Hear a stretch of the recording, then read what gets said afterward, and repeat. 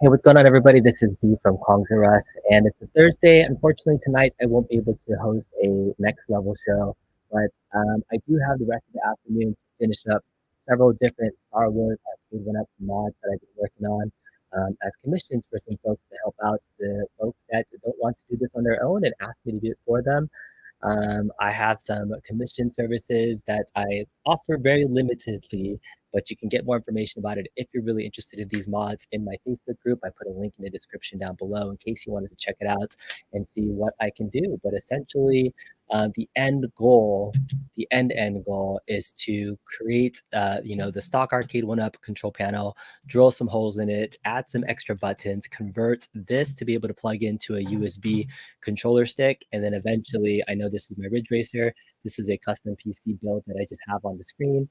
You plug it into the PC, it can play tons of extra games like Star Wars Trilogy, Battle Pod, tons of racing games, all the sorts of things that can use the control stick. I still think the Yoke is one of the most versatile controllers you could have in your arcade. And as a multi-cade, this becomes a super fun controller to have in your multi-cade. So it's one of the reasons why I got into creating YouTube content in the first place was to show people how to do this mod on your own. And in fact, you could still do that video and that mod to this day. My very first video I ever did on YouTube was modding a control panel, very similar to this one, where all I did was install four different buttons, kind of two buttons for the what I call event buttons, and a start and a coin button, and your yoke. And that's pretty much all you need to be able to mod your stock controller to plug into USB. Now, there are probably a lot of other options for folks that don't want to do the drilling of your panel and don't want to mess with an encoder or anything. Glenn's GRS yoke is absolutely a good option for folks that just want to replace their stock one, put that in, plug it into USB, and have a PC set up yourself. So that was something that I originally wanted to do for my own, but I didn't want to wait. And so I figured out how to wire the stock controller to USB, and then the rest is history. So I really do owe it to some of Glenn's innovation for making a USB compatible yoke. That really opened up my mind to what the possibilities of modding were. But I have pretty much the whole afternoon off. I had to take pretty much vacation from work in order to work on these kinds of builds. So it's like took a vacation day, but I enjoy the modding process, and I thought it'd be fun to kind of just go through my entire process for you guys that are watching along. So this is going to be a very long stream. I have several panels. I'm just going to pan around my arcade right now. It's pretty much a mess. I have all these panels here that I need to get done. There's all my wiring setups behind me. I have parts and supplies, my tools and things, and a lot to get through. So I'm going to kind of try to get as much done and pretty much chill and hang out with anybody that's here that wants to ask questions. If you have any other topics you want to talk about, since I couldn't go live tonight, I thought I'd just turn on the stream to be able to chat with some folks, and have you kind of inside the lab. I call this my Kongs R Us lab. And I really haven't done modding on this table, but I thought it'd be fun to kind of set up a little modding station so you guys can see a little bit of the work in progress and how it goes. So first off, I'm going to reinstall the yoke into this control panel. So I have two different versions of the mod that I do. A basic mod, like I said, is just four buttons. It's your event buttons here that just give you some extra options, and start with one button. So after I take the yoke out of here, I use a drill press to be able to, submit, not submit, I clean these holes very cleanly. So one of the things that people ask is like, how do you drill really clean holes? And I used to use a lot of different tools to be able to do that. I used a step bit. I think my very first video, or the very first video I ever watched on YouTube about modding, was ETA Prime's video on how to mod your Street Fighter 2 cabinet. And in that video, he recommended using a step bit to drill extra controllers. And I was using that for a while, but man, I can't tell you how many plexiglasses that I've cracked using a step bit controller or step bit. And so that's just something I really don't recommend using, especially if you're going to drill through plexiglass. And then I went to using a hole saw. My man Bobby Vu was one of the first folks that told me how to use a hole saw. And was like, hey, here's how you do this. And I learned a lot from Bobby in the early days of the pandemic. We were modding together, and that was a fun time. But now my latest and greatest of what I've been using is absolutely a Forstner bit. So Forstner bits are really my go-to. In addition to using a Forstner bit, I used to just use a hand drill, and I was drilling in my house, getting everything all dirty, I finally upgraded to a drill press. So this is my drill press setup that I have outside in my garage. Essentially, that's a skill 10-inch drill press that's going down into a board. I use a 1 1/8 drill bit to be able to drill the holes cleanly with the plexi attached to the board itself. And then I have a garage, shop vac to be able to pick up the dust as I'm drilling at the same time. Because the force of it does create a lot of dust since you're pretty much plowing the whole board. So I have my mask on, that's my drilling setup. And then in the end, you have beautiful, drill holes through the plexi and control panel at the same time. Look how clean that is. There's a little bit of like a little bit of plastic. It's almost like melting the plastic. So I kind of chip off these little extra bits here to make sure that everything is scratching. But it goes all the way through the panel, very nice and clean. If you're using anything else, sometimes you'll see like a lot of blowout for the back end. If you sometimes will crack the melamine at the back, you might have some exposed um, pieces, and that's okay because it's the back. Nobody's really looking at it. Sometimes I'm anal and I'll take a little Sharpie and just cover it up, but these are going to be covered by button covers in a little bit anyways. But I really like how clean the drill press works. It was like a birthday present to myself years ago, and I've been really happy with using the drill press. So that's kind of my setup for that. All right. My kite is cutting in and out. Sounds like I'm underwater. I swore I changed my audio. Hello, hello, test, test, 1, 2. ATR 2100. It says my mic is up and running. All right, audio is distorted. Thanks, Mormac. Hopefully it's sounding better right now. Let me know. I do have some background music playing, some nostalgic background music just in my background. So maybe I'll just shut that off real quick because I wanted to just play some music in the background. Let me know if that sounds any better. Thank you. I might be using my microphone. Test, test, test. It says I'm using the right microphone. Default microphone. ATR 2100. All right. Hopefully that sounds okay. If not, let's play some other music in the background. So I love White Bat Audio. They're like a nostalgic playlist that plays some synthwave things. I also have some background music. Maybe I'll just throw on here.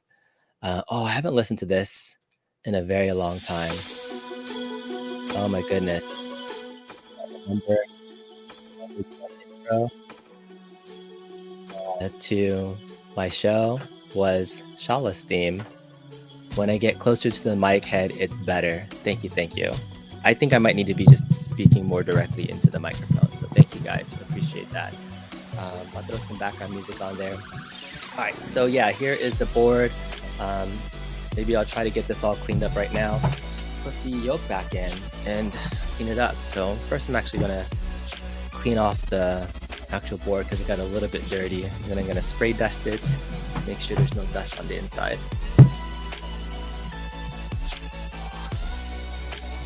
Yeah, Cat, what's up, man? Thanks I know you're a new subscriber to the channel, so I appreciate you coming on. Might not have seen some of my older videos, but let's see if I can mod with the camera and a mic on. This is Vector U's remix of Shala's theme from one of my favorite video games of all time. If you know the video game this is from, let me know if you know it, because this is a classic. I can't believe it's been over 3 years now since I've had a YouTube channel, and this was one of my very first favorite songs that I really liked and enjoyed. Let's just do a quick wipe down. I'm literally going to be here for, I think, almost, I want to say like the next 3 hours working on this. So you guys are here along for the ride. What's up, Polo? Bad Guy Mike Worley.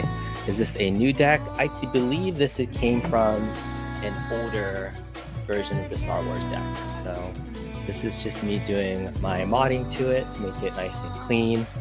And on the back side, Lexi's a little bit dirty, has some handprints, so just gonna make sure we spray it down, get it nice and clean. I'll use the camera in the back so you guys can see what I'm doing here. Alright.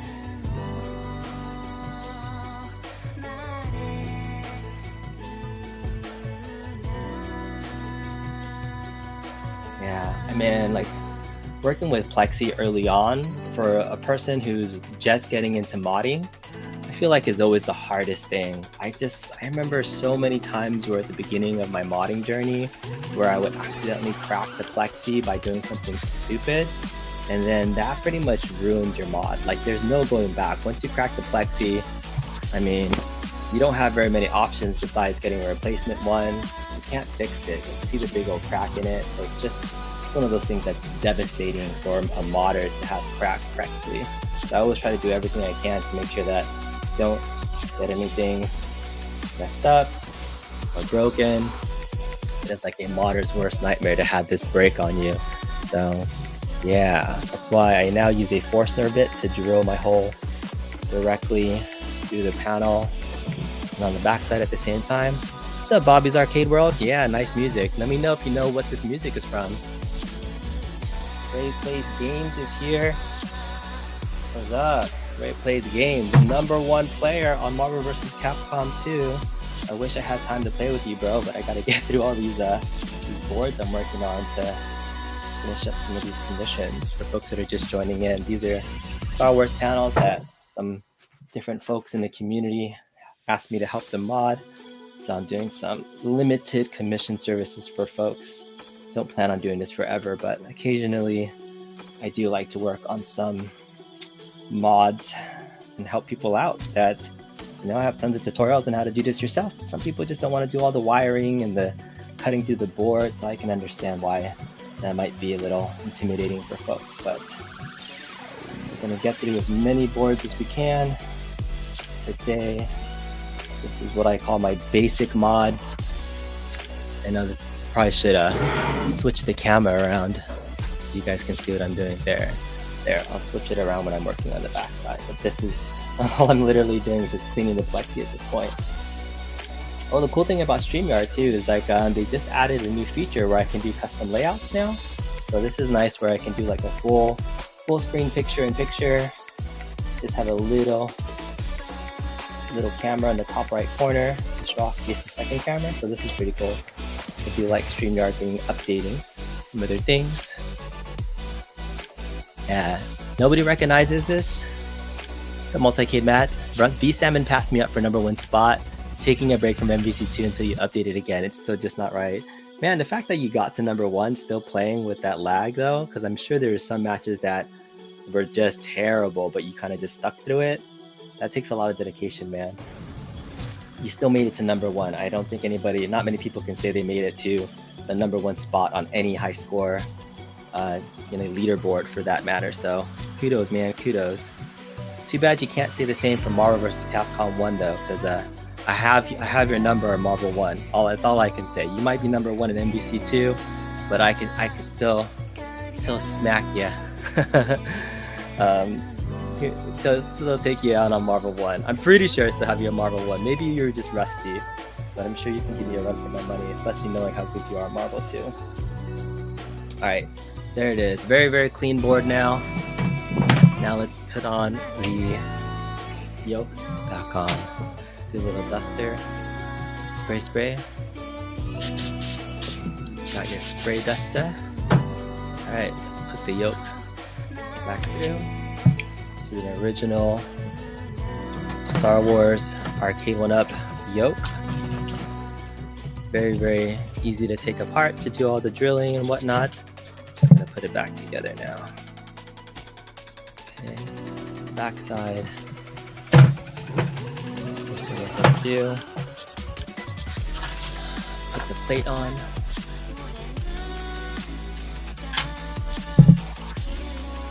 Some of this might be hard to see and capture on video, but I'll do my best so you guys can see what's going on.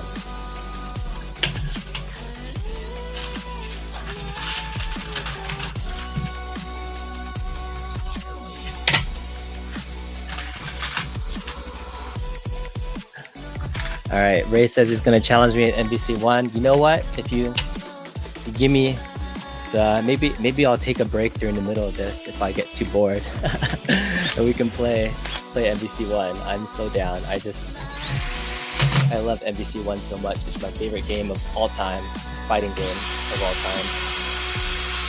I've grown to love that game very, very, very much. Toxin says Wi-Fi is not as good on this build of MBT2. You're absolutely right. I think the Wi-Fi is absolute shit. It's terrible. Anybody who plays on Wi-Fi, and it's hard because most people don't have access to Wi-Fi in their basements or wherever they're doing stuff. So it's actually really terrible. Sorry for the drilling if that's really loud. Mountain Kid says you can use a stock yoke. I thought you had to use a GRS yoke. Yeah, you know, the GRS yoke is a great option, but you know, this mod that I've done actually takes your stock yoke and mods it up to plug into USB as well. And the stock yoke, it's really nice, I think, as a controller from Arcade1Up. The benefit of this versus the GRS yoke, GRS yoke has metal components here, but the handles are still plastic. The spring tension on the stock yoke, I think, is better than the GRS yoke. So that's the only kind of like benefit I would say, is that especially this Y-axis pulling up and down on the GRS yoke, it's very springy, and you know, for my preference, I think it's too light. But I do like the tension of the spring on the stock yoke. But other than that, the GRS yoke is pretty superior in terms of build quality, overall design. It doesn't have the sticker logo, obviously, but yeah, GRS yoke is an easy option for this. But these are all people that ship me their panels and control yokes so that I can mod it up to USB. So I think the stock control panel and the yoke combination work really well together with this mod. All right, there it is.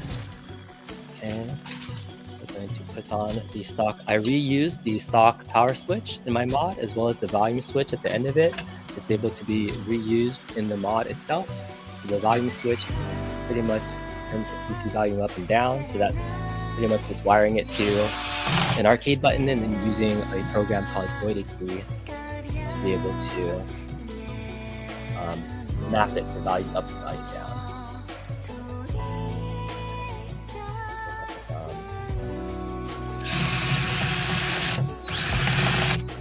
Alright. Ray plays games, is watching while you do your workout, man. What do you do? You have like a whole gym setup at home, you're doing cardio, you're lifting. I feel like Ray plays games as somebody who does like P90X.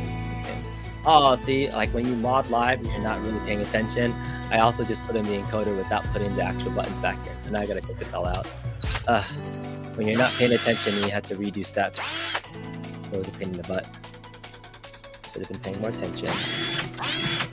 Bobby's World asked a good question. Is the difference for a mod the OG yoke versus the newer 41? I did have a new yoke that I was modding. You can tell by the color, it's slightly different. But yeah, there's from a actual mechanic standpoint, it's pretty much exactly the same. There's no difference between the OG one and the original one. I did find though that the fit of the yoke, in terms of it being like centered on the 40th anniversary one, they're kind of slightly off-centered. I don't know what's up with that. If it's a fit issue after producing so many in the factory, if they use like the same molds and they wore out. But yeah, I found that some of them look a little off-centered, so that's not something that I think anybody can fix, but it's something to be aware of. But yeah, that's the only difference that I've seen between the OG one. All right, so the other thing, when you plug this in, the volume switch, you don't want to over tighten this middle one. I probably should be just using I have a little screwdriver thing here. So I'm gonna loosen this a little bit. There it is. Okay, so the volume switch can move up and down freely. Okay. All right, so why don't we continue finishing this mod right here. You guys can see how I mod up this whole base control panel. All right. You have a decent setup of equipment. You got shoulders going on. Yeah, combos at a set. It's the worst connection we've seen so far. Terrible, terrible, terrible. All right. So the brains and guts of this mod in terms of what we use to make this USB compatible There's a couple options out there. There's something called the Ultimate 3-pack controller you can use, but I've found this was the best encoder that really helps with the JST analog connection. That's really, really simple to use. Unfortunately, these are pretty much sold out everywhere, and I might be responsible for that because I did my Outruns mod tutorial and as well as my Star Wars mod tutorial, and I bought so many of these when they first got released, and I bought like a good amount of stock just in case I ever needed them for a rainy day.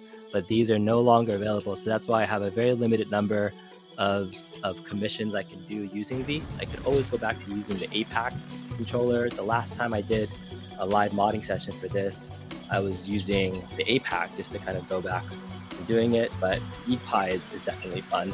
Well, what I'm doing right now is one thing you have to do if you're modding using the ePie encoder board is that the Star Wars yoke buttons right here, they all share the same ground.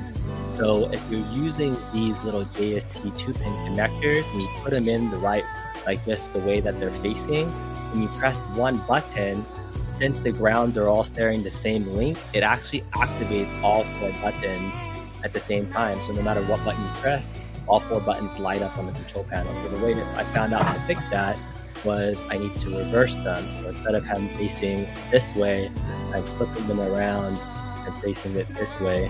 You guys are pretty much seeing a lot of the behind the scenes things that I do to make this mod work, pulling out these 12 pins and then putting them back in the opposite way. So as long as you put them all back in facing the same direction, it pretty much all works the same, because a way a button works is you have your button input and then a ground, and so when you connect those two pieces together, that's what registers as input. So normally it doesn't matter which way it's facing, but in this case, since the ground wires are going to pull that up. Sorry, I keep hitting my mic. Messing up. So that is how I move it around, like that. So wires can come up here, wires can come up there. Right. Other things that I do is like I don't reuse the stock power wire. So I'm just going to kind of tie this off to quick tie. BG Combos is here, says, oh, you're here in the chat saying you have Wi-Fi. Man. Sorry if we're talking smack about your Wi-Fi, bro, but if you have McDonald's Wi-Fi and you're playing MVC2, that's one of the improvements I really wish people would do, or they would do on the cabinet, is be able to show you who is playing on Wi-Fi or not. I think that's really key. All right, let's play another song. We have Final Fantasy VII. Nobody guessed it. So my last song that I was playing was Chrono Trigger's Shala's theme was Vector U, and this is another Vector U classic. Oh man. Let's see.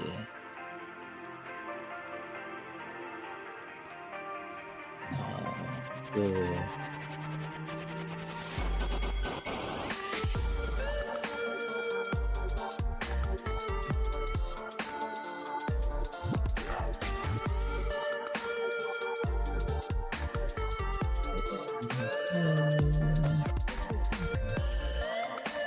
Alright. So Griff, I am having a pleasant afternoon. I'm doing a lot of work, just getting in here. I think I will be here for at least 3 hours working on it. So just having folks watching along inside the lab where I'm doing some fun work in my arcade. The unfortunate thing is that since I do a lot of this stuff, I always feel like my arcade is out of commission. Like there's so much stuff happening in my arcade that I never have it set up for guests or people to see and play. So I'm like trying to finish up all these mods, see if I can get it going.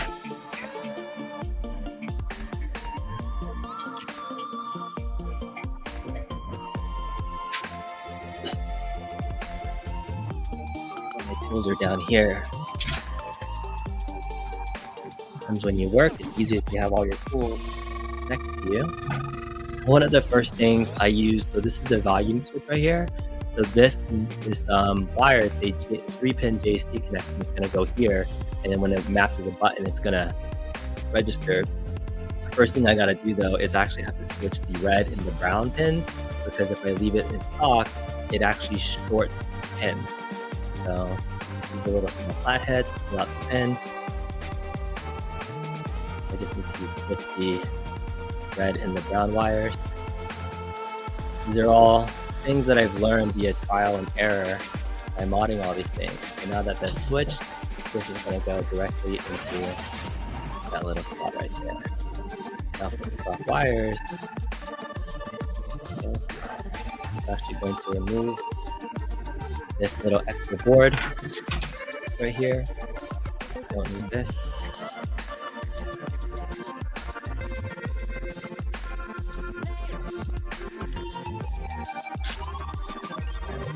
Normally these are glued in a little bit, just slightly. Technical stuff, you like it, Toxin. Yeah, just use a little watch knife.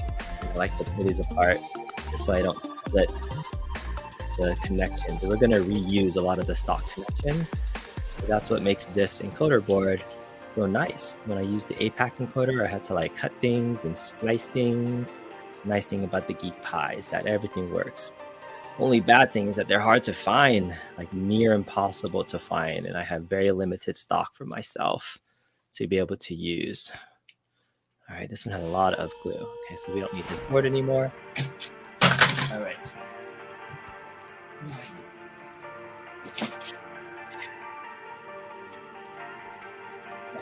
So here's what I was doing pretty much all day yesterday, is that I was working on making some conversion wire splicing kits. So for these connectors, for folks that don't know what these connectors are called, these are JST. I believe it stands for Japan Standard Terminal, I think. But there's a 2-pin one here, and this is a 3-pin one. But if you notice, they're actually not the same size in terms of the spacing between the terminals itself. So these are things that I learned when you get to look up JST connections. They're actually different size connections. So this is called a JST XH connection. I believe it's 2.45 millimeter spacing. And this is a JST PH connection, which is a little bit smaller. So I can't use this 3-pin connection and plug it directly into here. It's too small. So this is a 3-pin JST XH versus a PH. So I custom made a 3-pin JST PH female connector that's going to plug into here, and then it converts it to a 3-pin JST XH adapter. That way I can plug it straight in. So this is your X-axis, which is going to go into my X-axis port here, and then this is a Y-axis, which is going to plug into this right here. Cool. All right, so now my yoke access and my volume buttons are set up into here, and then here are the 4 buttons for your triggers. And so I've done this so many times. Normally the colors don't change at all, but the blue wire is the bottom right trigger. The red wire is the bottom left trigger. Blue, red, green, brown. Blue, red, green, brown. Green is your top right thumb, and this is your top right, top left thumb. Those are the stock buttons getting in. The real Zen says, you've written so much software in life, but still know so little about this kind of stuff. Yeah, I don't know anything about software. I'm not a coder or kind of a technical person. I just tinker around hardware wise, and I'm pretty decent at Google, but I almost fell over. Right, now I'm gonna go through my setup to add in the wiring and extra buttons, but I like to use these adhesive mounting things to make things so much cleaner on the board. How many I need.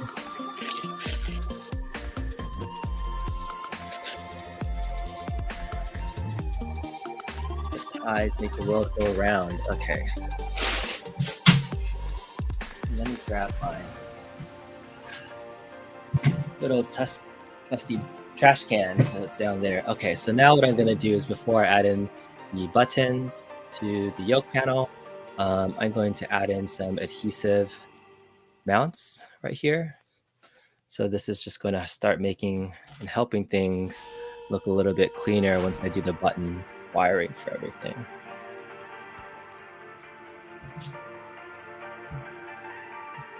GG's combo. I should be hired by Arcade1Up. Nah, this is all like modding stuff. This is not stuff that they would want stock folks to be doing, because what we're gonna do is we're plugging this into a PC, and then I'm gonna show you later on, hopefully, all the cool stuff you can do with this modded yoke. And you can probably do this much easier with just a lens retro show yoke, but you know, the stock yoke isn't too bad. You know? There.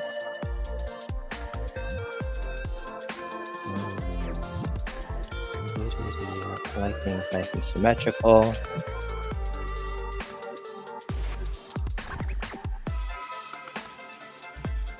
Adhesive. Let me know if my volume on the music is too loud. I can kind of hear it in the background. But I wanted to get another playlist up and running.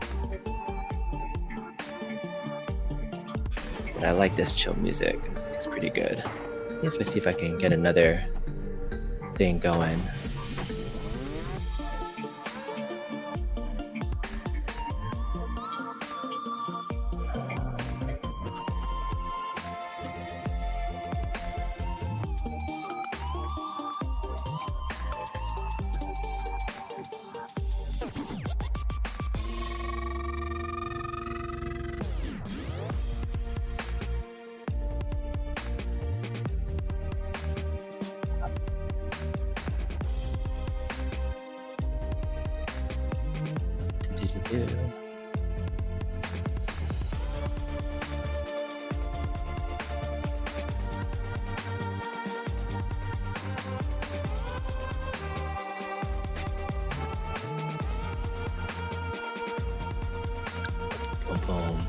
Volume's okay? Alright, Arcade1Up's taking note. Honestly, you've never played Star Wars Arcade? Ever? Alright, well, the vector version of the game isn't that great from a gameplay perspective compared to like the newer Star Wars games, and that's all a matter of just experience and preference. I think the original game came out the year I was born in 1983, so I have zero nostalgia for the game itself, but the shape of the Star Wars cabinet and the yoke, I do remember seeing it, was like, that's freaking cool. I want to be able to play modern Star Wars games with it. So I'll show you guys a little bit later on, but I loved Sega Star Wars trilogies in the 90s. I really loved the Star Wars Battle Pod game that came out in 2015 in like the big arcade with Dave & Buster's. So I was like, oh, you can emulate that and play that. That's great. All right, I think that is some help. So I'm gonna go open the door real quick. I have a helper coming me to help out with some modding stuff too. So let me be right back. Don't go anywhere. What am I doing? I'm modding. What's up, Carl O? Good to see it stream any time of day. All right, give me 1 minute.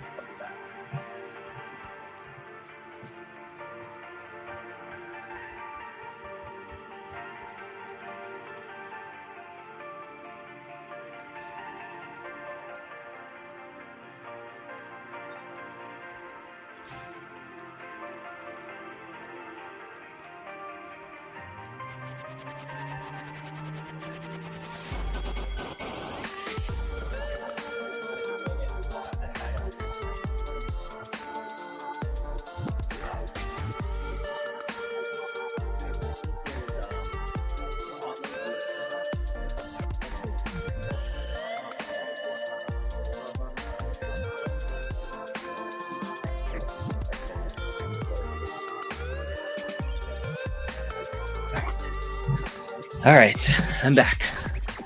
What's up? All right, so I just put in some of these buttons here.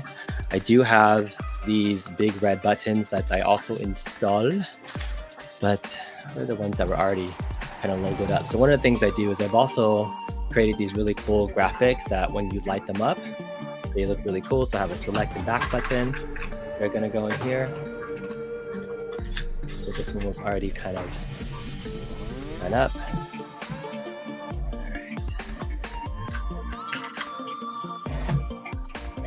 Okay.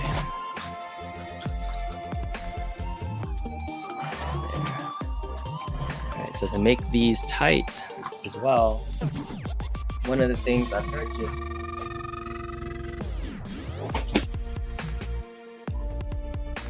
this is a very handy tool for folks. It's a made by, oh, this is an Industrious Lorenzo one, but it's Industrious Lorenzo wrench. So you could always tighten these buttons by hand. But holding this and using this little wrench just makes life a little bit easier. And again, anybody that does any modding or just works with tools or DIY, if you have the right tools, it always makes things so much easier to use. So this is a nice little tool as well. So that's a little wrench there. Just get these buttons in. So this just uses a standard cheapo micro switch. So no need to get any fancy there, but this is a micro switch that also has an LED light attached to it. So we have 2 red LEDs over here.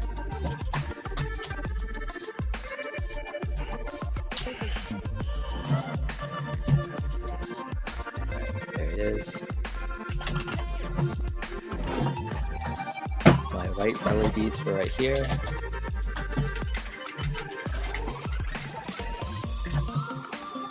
This is my white LEDs for right there. All right, so on the front side, this is kind of what a near simple basic mod looks like. So this is select, this is back. Oh, I should probably move that tape before everything gets tightened down too much. So otherwise it's gonna be hard to remove that tape, so shoot. This is when I mod and you have to go back and do stuff. It's like, whoops. Okay. Carefully lift up that tape. Just move it off to the side a little bit more. Okay. The select button. There. Okay. Same thing on the other side. I don't want to make it so that when they get it back, it's a little bit harder to undo. So I made this so it's kind of touching the tape a little bit. Or it's covering the tape. Let me make sure I can lift that and it's not an issue. Okay, perfect. All right, the other cool thing that I've been doing for logos is for the panels with a bunch of buttons there. I created these custom logos that also have kind of an exit button as well as may the force be with you. My little Conquerus. This is our best writing. That's from the Star Wars universe. And this is just printed on photo paper, and this is kind of my start and coin options there. So I'm just gonna cut out the start and coin options and put them into the little white slot right over there. I also created a fun little version of the Mando. This is the way, Mando. What's up? Arcade Talk and Star Wars Reviewed. Yeah, so I'm going to cut these out, show them, just stick them in real quick. Alright.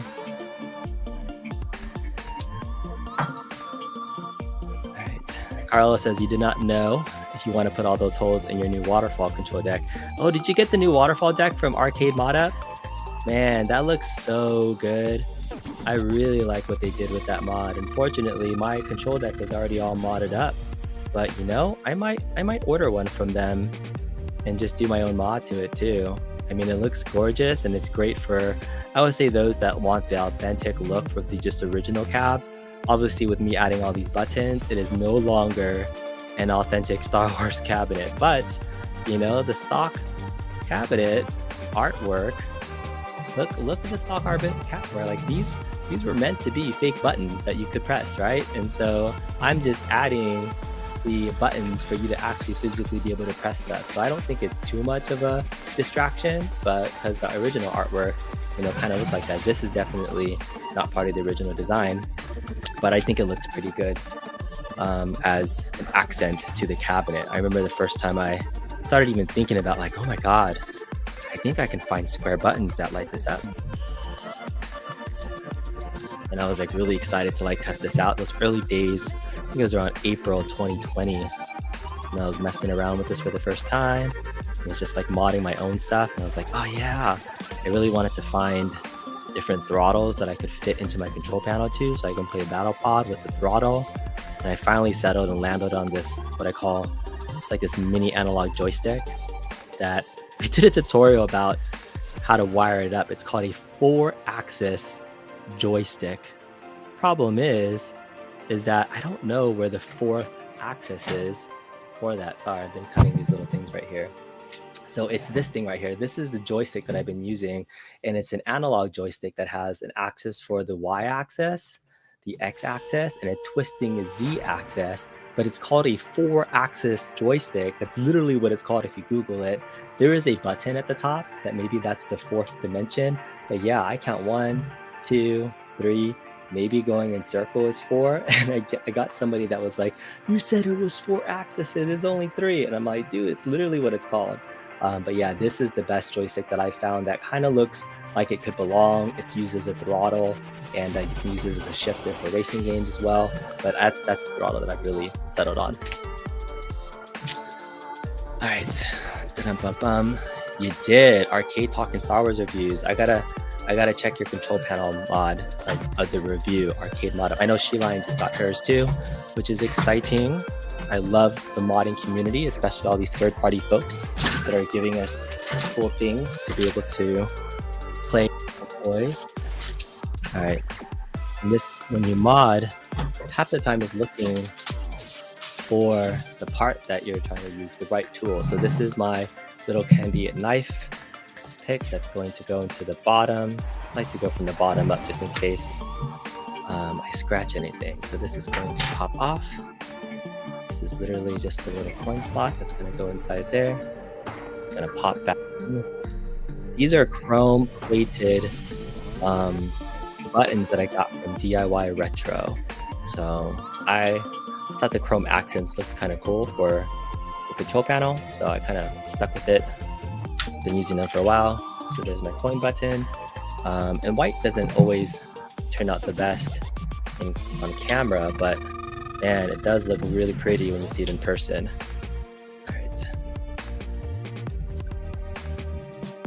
Right. Carlos says, modding is where it's at. No cabinet is perfect, but you like dialing them in. It's an art. Yeah, I agree, Carlo. Like the modding portion of the hobby has always been my favorite thing to do. Is like, you know, for all the imperfections and faults that these cabinets have, you know, getting them to be the way that you personally want has been kind of fun. And some people may argue it's like, no, we should have a perfect product, you know, but a perfect commercial product sounds expensive to like have it be like 100% the way you want it to be for the mass casual audience. So I know I think it's a little bit hard to ask from a company, but your select button that's going to light up. All right, let's finish up the back side and get these things wired.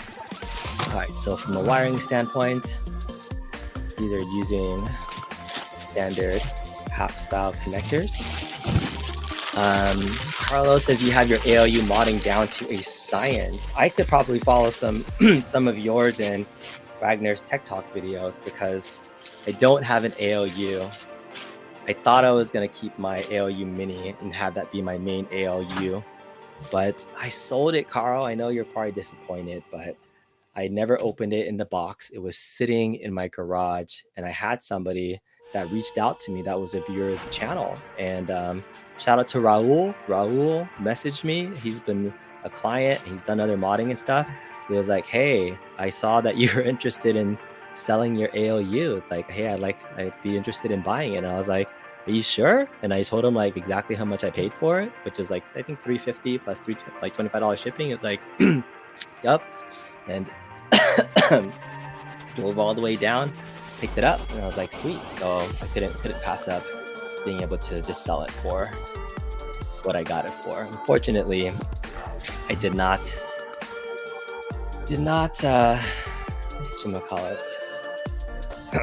ever get to open it and review it. But I have so many projects and so many things that got going on. I had to sacrifice the curiosity, because I really got it out of curiosity, between what I realistically was going to keep.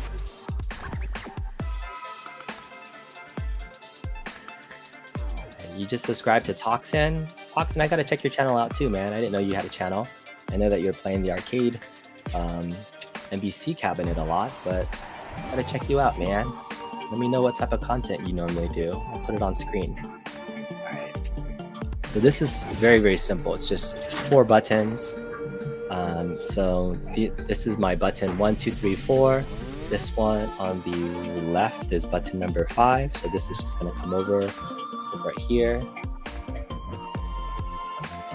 This is gonna be button number 6. It's gonna go right over here. This is button number 7, which is literally right here. And this is button number 8. That's it. All right. I have my trusty old zip ties. Man, 46 minutes and I've only gotten through 1 panel. And I have like 5 more to go.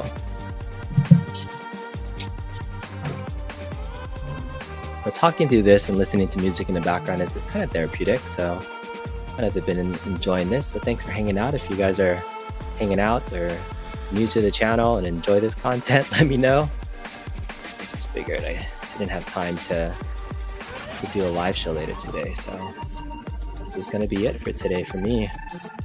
All right, so the other thing that I need to do is tie this down. Okay, so normally I take all these wires right here, wire it down. A clean wired board also makes me very, very happy. So when you're modding and you can use these zip ties and zip tie holders, I highly, highly, highly recommend it. It makes your wiring jobs look so much cleaner. I know sometimes people are lazy at the end of the day and just have the rat's nest. And when I do my own modding for myself, sometimes I leave it that way. But it's so much nicer to have such a nice clean cabinet once you're all done with everything too.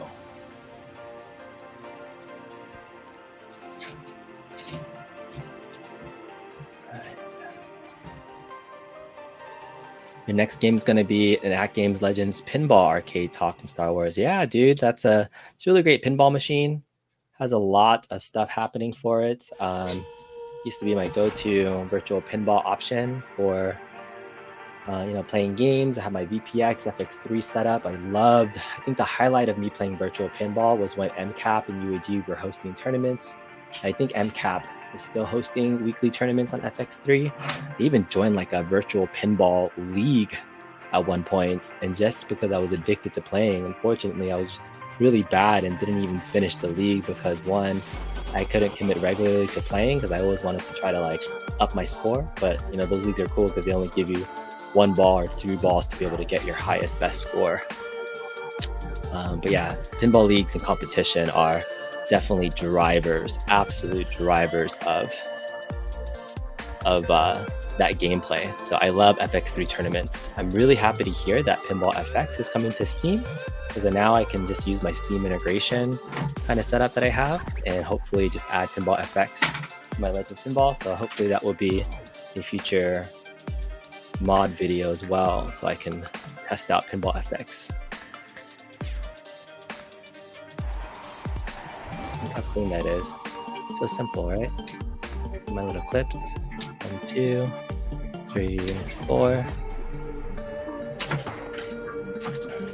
Couple more zip ties right here. Probably can do this one over this way.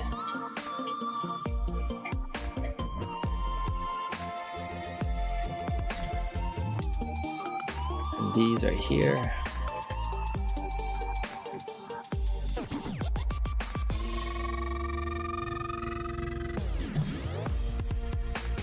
Sometimes I like to wait till the very, very end before I start cutting off the zip ties. And sometimes they get in the way.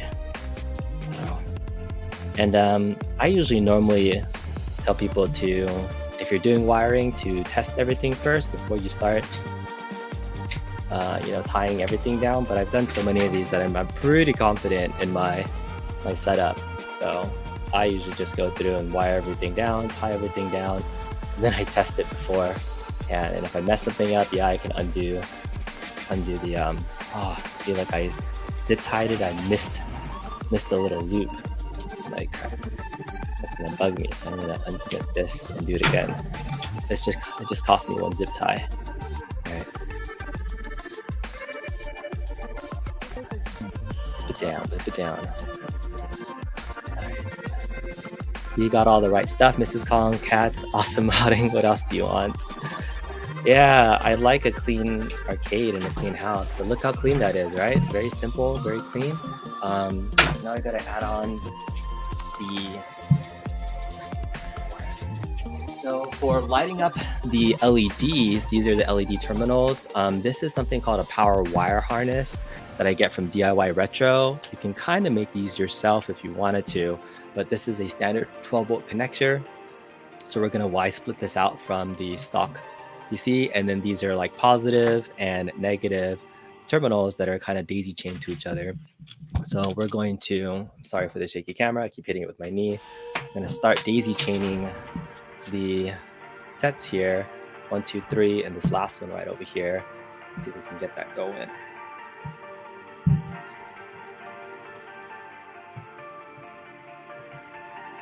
And so to test this out, I have a 5-volt. Like these LEDs can light up with 5-volt or 12-volt, but you know the 12-volt will work with the stock stuff too. They're designed for that, but it could be a little bit lower powered. All right, do my cats nap on my newly modded machines? They nap on all of my machines. They, especially when I move them into a new spot, they're like, oh, that's a new arcade spot, that's mine. So, especially my fat one, I call him Moo. He's like all over the place. He actually really likes my IR arcade. He kind of always turns it on sometimes, and then he'll like accidentally press the button to snap a picture or a screenshot, and then I'll get a text message or a message on my phone saying, you have a new screenshot, and it's like literally my cat that's been pressing buttons. But I wish it would take a picture of him, but it's just a screenshot of like the startup screen or whatever it is. All right, that's 1, 2. Okay. Okay.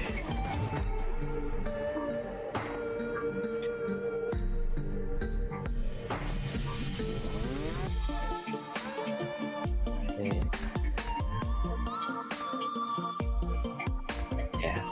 Okay, this is gonna reach. It's gonna barely reach.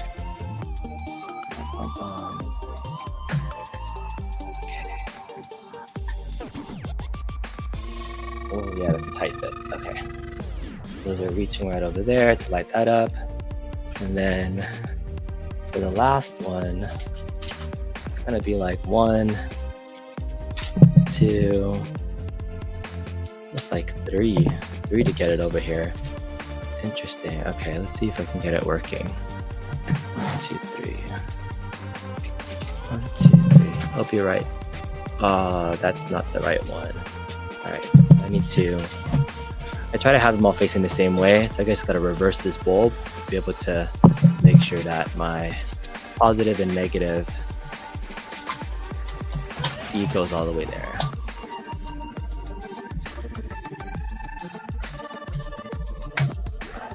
Okay, 1, 2, 3. All right, there it is. All right. Apply these down. Put these. 1, 2.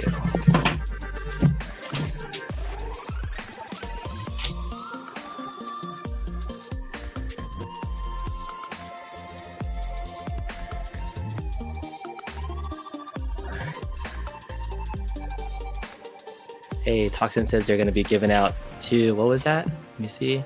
Giving away 2 Dr. Seuss pinball packs next Tuesday on Rascal's Basement Arcade. Hope to see B in some of the chat there.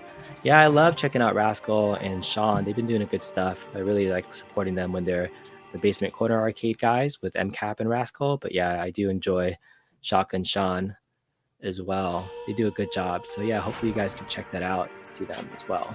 Thanks for doing that, Carl. Appreciate you. Sounds like you're really big into the community and having people enjoy some packs. So thank you. All right, shout out to John D at WrestleMania with his shirt. That was dope. Yeah. All right, does anybody have an Extreme Home Mega Cade? You've always wanted one, but $7,000 for a fully custom one. I have not heard of that company or used them before, but Yeah, a lot of those custom setups, I would say, are nice. But I feel like for that amount of money, you might be able to like create your own multi-K that is very similar in terms of function at a lower cost. But that's just me, because I think that type of emulation is a lot easier to do than something, say, like mechanical pinball. But that's just me. All right, so now this is a fully wired basic control panel deck with all the buttons lit up. Okay. Arcade Talk, thanks for coming by. Appreciate you, man. Yeah. All right. Here it is. All lit up. You can kind of see the select button and the back buttons all lit up there.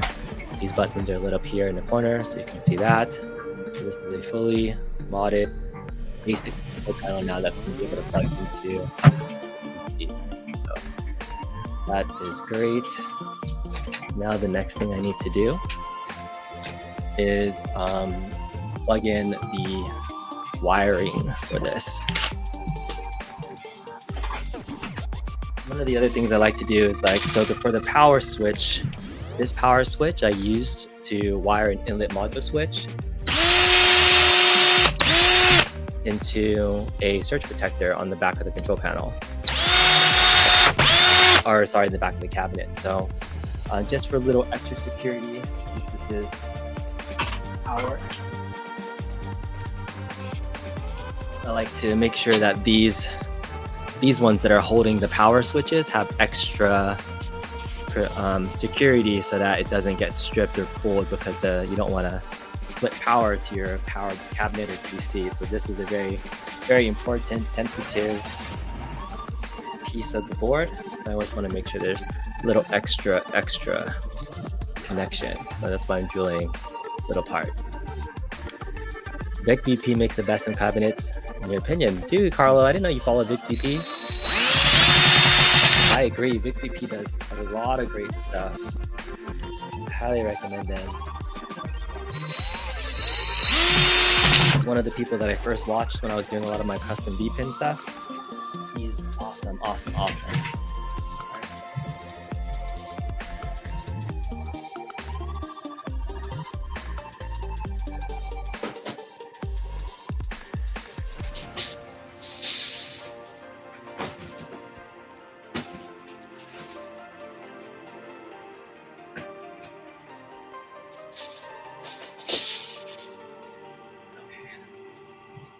So I was like, while I'm here, I might as well finish up the final bits and pieces. Here's the USB cable that's going to plug into this. And this is, I believe, a 14 gauge this wire that has some smaller terminals that's going to fit into this section right here. And then these are the splitters that are going to go into my custom inlet module switch. So I'll explain what an inlet module switch is in a little bit, but it's what I use to power on my cabinets. Makes them nice and nifty to have everything turn on with a single press of a button. And I'm going to plug in this here. Okay. And then we're going to flip this upside down. Finish the wiring here.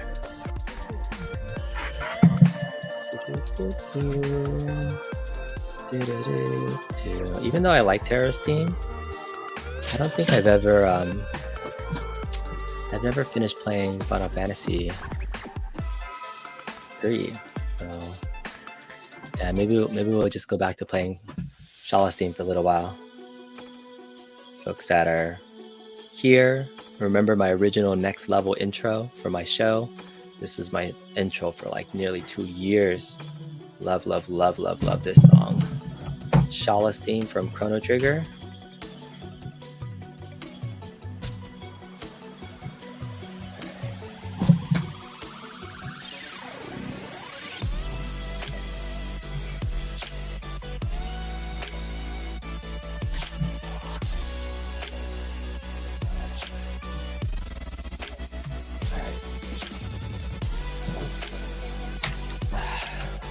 Okay, so those are the power buttons or power plugs.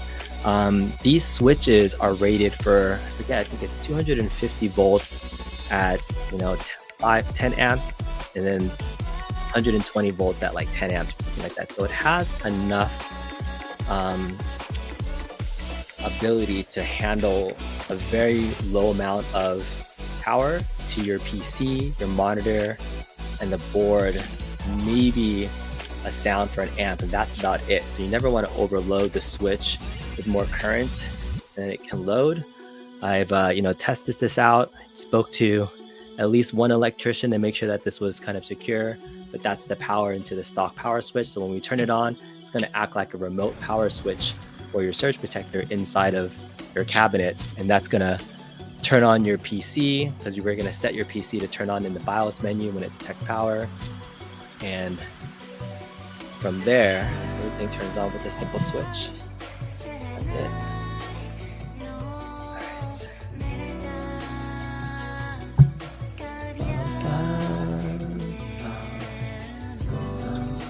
Turn it that way. Get these ones this way.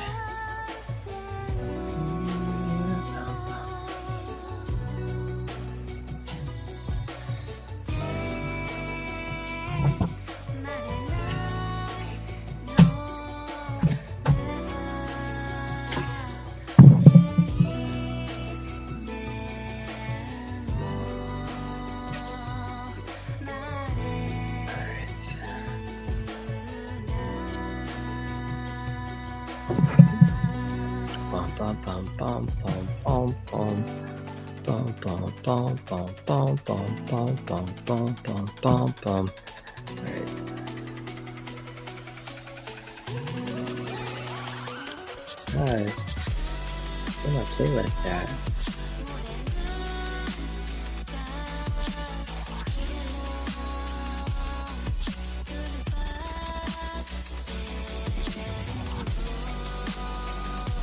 In case you want to see some.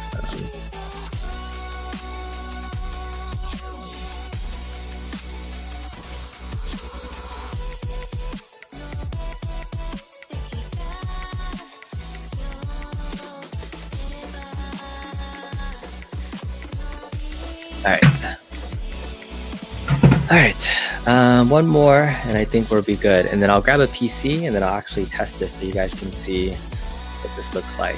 You know, for folks that, I don't know if people are here since the beginning, but folks that might just be joining me, I've been modding up some Star Wars arcade panels to plug into a PC, and we're gonna play all sorts of things. So that's it. This is a finished control panel that's been completely wired. Have the power cord that's gonna plug into this right here. Got my USB cable that's gonna plug into the PC, and then I got my power for the buttons. All right, so good. Let me put this panel down. One down, 5 more to go. I think that's what I have to do. Holy crap, I have a lot of these things to do. Let me go get the PC that's matched to this, and then I'll fire it up, and then show you guys a little bit about what's going on.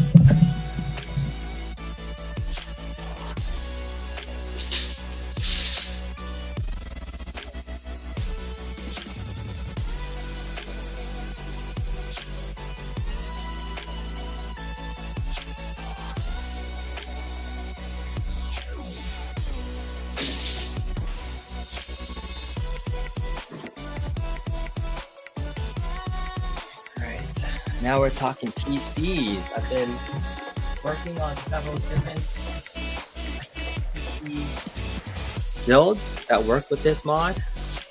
So this is, I would say, kind of like the lowest PC specs that would be required for this build. So this is a Lenovo Think Center.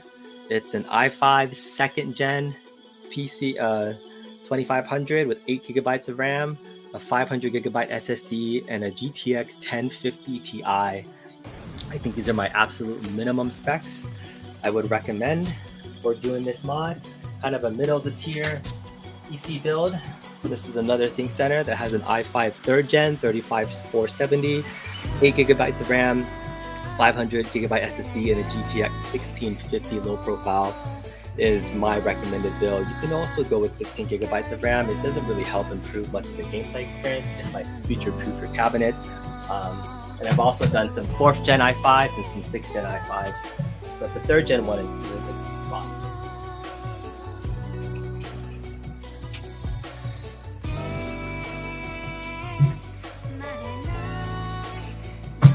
Alright, I just plugged in the PC.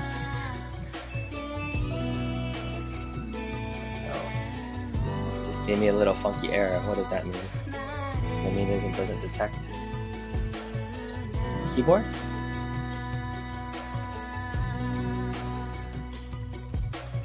You never like the little beep beep sounds. Beep beep sounds are no good. Alright.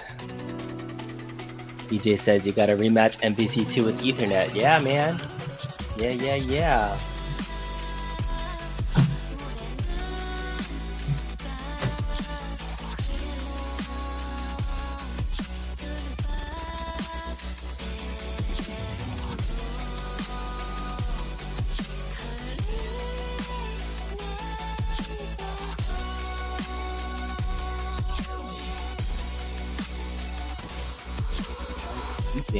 Not good. Why?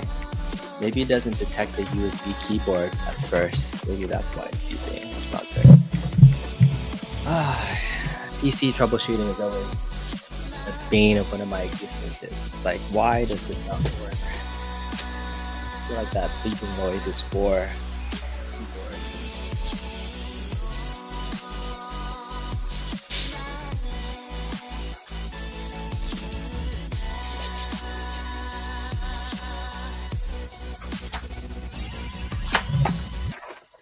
Alright, got some keyboards. My whole setup's gonna look even more like a mess. Here's a learning keyboard. Look how colorful this is.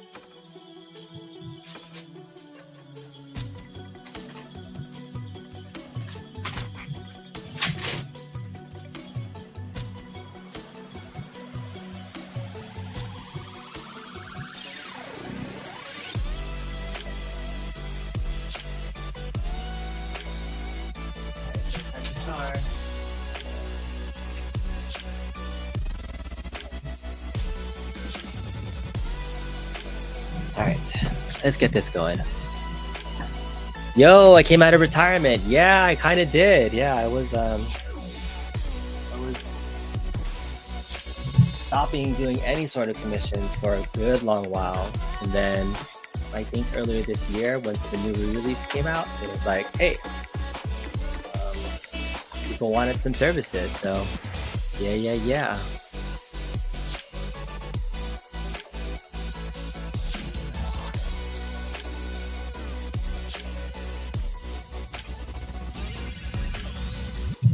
Man, I got all sorts of issues going on right now with this PC build.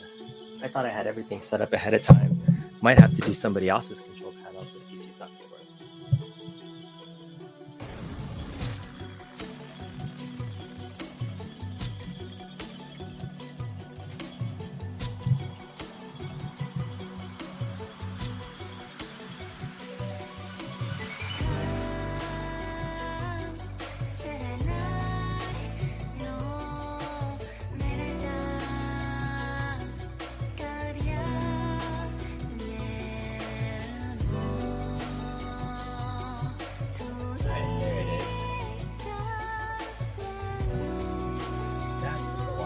I don't know why. Okay. Yeah.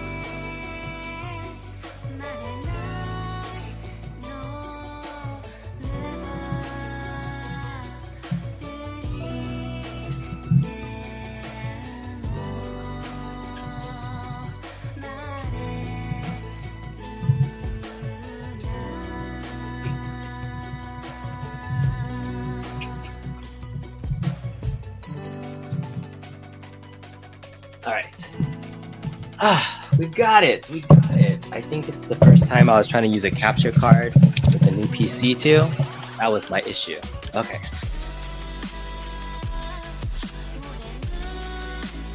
All right, so for folks that don't know, yo, commissions, you say. What's up, Moat? Everyone, where the cool kids are at. All right, so here is gonna stop sharing this extra camera and turn this down a little bit. Easy capture. Yeah. So here is my custom playlist that's playing on a separate cabinet right now. I'm actually using my Ridge Racer cabinet. So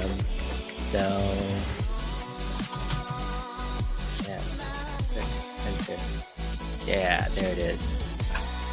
Let me turn down this music so you guys can see what's going on. Nope, I don't want to play that. All right, so this is my custom Launchbox Big Box playlist for folks that don't know. So I have it running kind of right now on this Ridge Racer cabinet just to kind of demo it right now. And so I'm going to take this control panel and plug it into the PC. And then we're going to test out a few things so you can see what I do from final mapping. We'll play some games for a little bit, and then I got to get back to modding the rest of the stuff. All right. I'm going to plug in this control panel for the first time. Okay. All right. So people can see this is my yoke right here. I'm going to exit out to the main menu. So right now, it's showing 16:9 on my capture card device, but on the Ridge Racer cabinet, it's actually on the 4:3 monitor. So the cool thing about the LVDS display adapter is that the default resolution on the actual cabinet is it 1280 by 960, right? But you can force the resolution of the screen to go 1920 by 1080. So this is pretty key when you're playing games on the screen. So that why, even though it's 16 by 9 on the share screen, when you're looking at the gameplay, it's here. So I have the USB plugged in. So the first thing I'm going to go to is set up USB game controllers. And we will see this joystick V2 set up. So we're going to double click on this. And by default, the GeekPi actually doesn't have the analog buttons set up right now. So the only way to be able to enable that, there's a set option. Whoops, we don't want that. I don't know what happened. Okay, we have to enable the analog controls by putting in something into the set button and just shorting these two with a button. Boop. And now there's a green light on my GeekPi. I know that's like a little bit weird, but there's a little GeekPi, like little green light that's right there that knows now my analog settings are correct. So now I should be able to go to the joystick menu, and we should be able to move the yoke up, down, left, and right. So by default, the left and right is not all the way calibrated. Oh, something is shorting. That's why it's not working right. So what is shorting? Left, right. So that's the volume. So you can see my volume is working. It's moving the PC volume up and down. That's the volume switch. That's the Z axis. And then my button should be 1 for the bottom right trigger. It's lighting up. 2 is the bottom left trigger. 3 is the right thumb. And then 4 is the right left thumb. And then I have button 5 and 6 for my big red buttons are lighting up. 7 is start. And coin is 8. Oh, something's wrong with my coin button. My coin or my start button is not registering right. 1, 2. Why is my start button not working? Oh, there it is. Start. Oh, it looks like you have to press it down really hard. That's weird. Okay. Is something wrong with my start button that's shorting? Oh, all right. That's bad. Okay, so something weird is happening with the wiring where something is shorting, and that's not a good sign. Okay, so this is where I was like, you should test everything before you get it going. All right, let's see if I can make sure that my start button is up and running. No, that's working fine.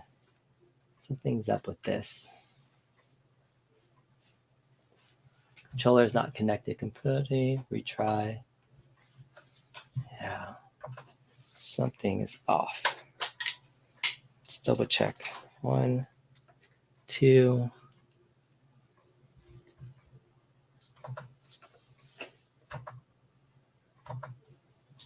USB. Sometimes this part of the whole modding process can take the most amount of time when you're trying to like troubleshoot things. All right, my 7 is working now. That's my start button. Good. Okay, so it's not anything of the wiring or the micro switch. It's literally how this is like working. So button should be able to press that and make it work. Okay, 7 is working now. 8 is working now. All right, we're good. Okay, so the first thing we got to do is actually calibrate the yoke. So when you're in a new device, this is the PC for the client that's being set up. I'm going to calibrate the device, and you can kind of see the raw data of kind of how the range of the X and the Y axis works. So you just pretty much go in full circles to be able to calibrate the yoke to go with its full range.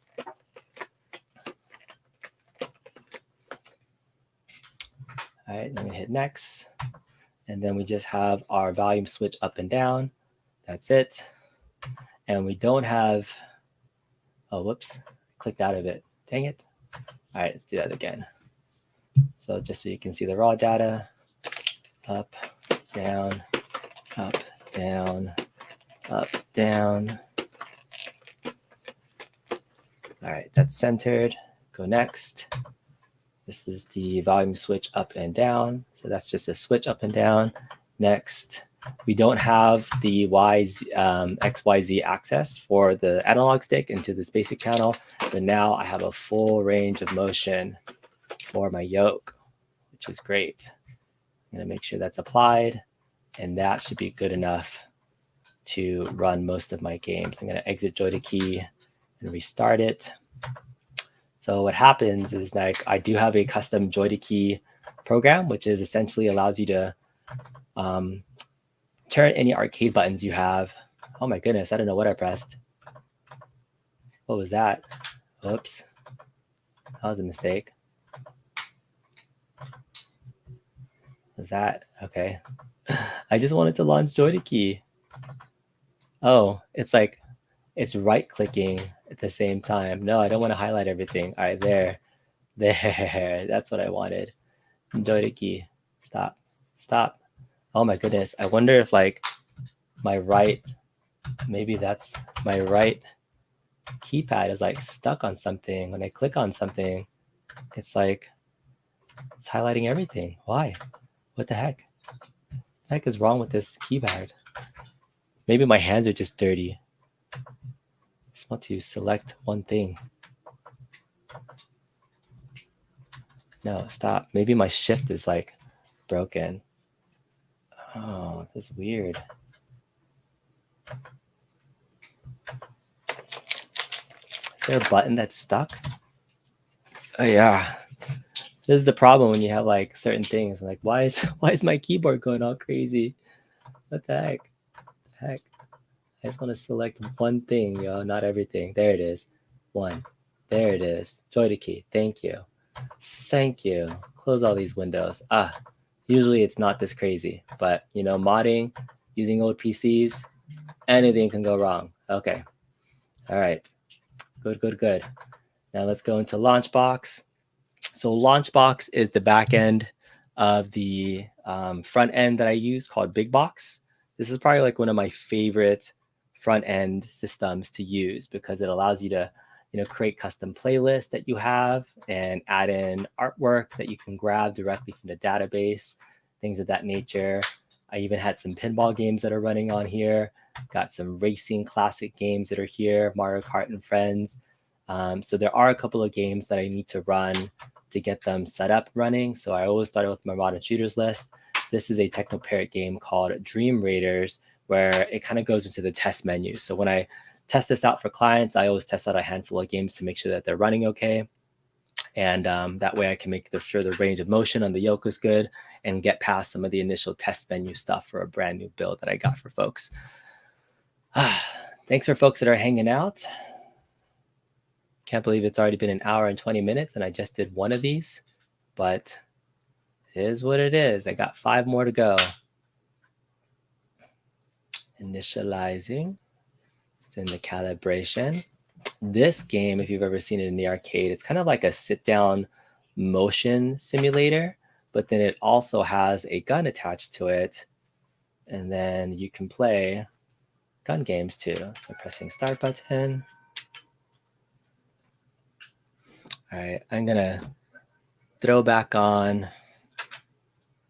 Okay, just double check my yoke going all the way to the side. Oh, I pressed the test button. Whoops. All right, I didn't want to do that, but I just exited the game accidentally, but that's okay.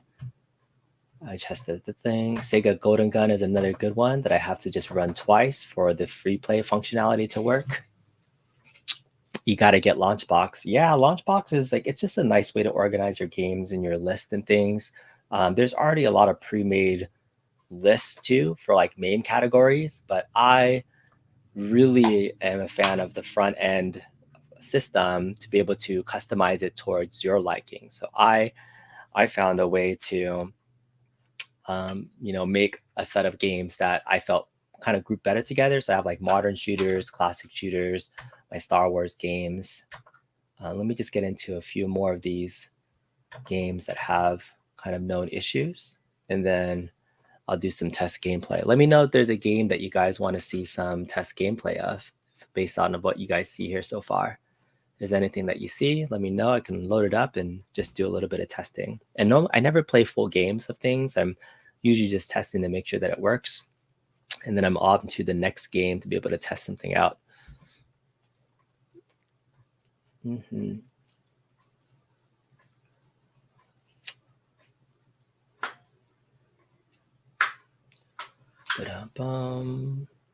And normally you don't need to be connected to internet for any of these games to play. I think there's like one game where it needs it. So this comes up with an error because right now the coin options don't work. So we're going to change the settings to free play. And that's it. This is a game called GTI Club. It's kind of a fun racing game. So you're actually driving minis. Oh, and I actually didn't map the controls for these. So I actually got to exit this game. Okay. So that's the other thing I need to do. I need to map some controls. So most of the games are pre-mapped except for Techno Parrot. There are some Techno Parrot games that require some mapping. One of the most common things people will do is now use like an X input, like Joe Gorski from Retro Lizard does this, and anybody else that does a racing build. I set this up, I want to say like 2 years ago, and I was like, once I get something working, I'm like, that's it. I don't need to really upgrade anything else. I'm happy, I'm satisfied. I'm just going to get everything working on its own. So for me, this is a manual way to map button inputs. And so I think I'm going to actually, oh yeah, I don't want to do that back. So with the limited button schemes here, I usually don't have enough buttons to map like a manual shifting. So we're pretty much just mapping the X axis for the steering wheel. And then the gas and brake buttons are actually the top trigger thumb buttons to be able to drive the game. You don't have enough buttons, unfortunately, to set up shifting, but you could map it yourself if you wanted to. But I think with this setup, you usually want to just play automatic anyways and just have fun while you're playing the games. All right, so this is mapping Hydro Thunder, his initial D. Mapping the wheel there. Mock Storm, very, very fun game. Very similar to Battle Pod. Mock Storm, Mario Kart DX.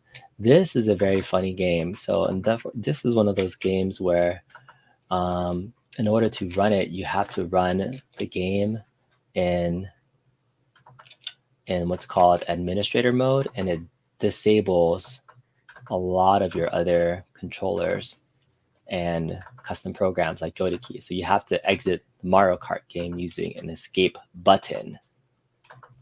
Sega Race TV, map there. Sega Sonic Racing All Stars, left thing here. Star Wars Battle Pod, the one, left, pull back. All right. Tokyo Cop, left. All right, initial under defeat.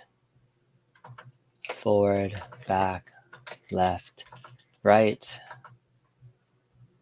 Valve Limit R. This is a funny game. If you've never played this game, buyer beware of some ladies popping up on the screen that are scantily clad. All right, we finished mapping our Technoparrot games. All right, you want to watch Transformers, Billy Wright says. We could do that. We can do Transformers. All right, so that's Technoparrot UI has been good. All right, TTI Club is good. Mario Kart Racing and Friends. I got to put on Mario Kart here.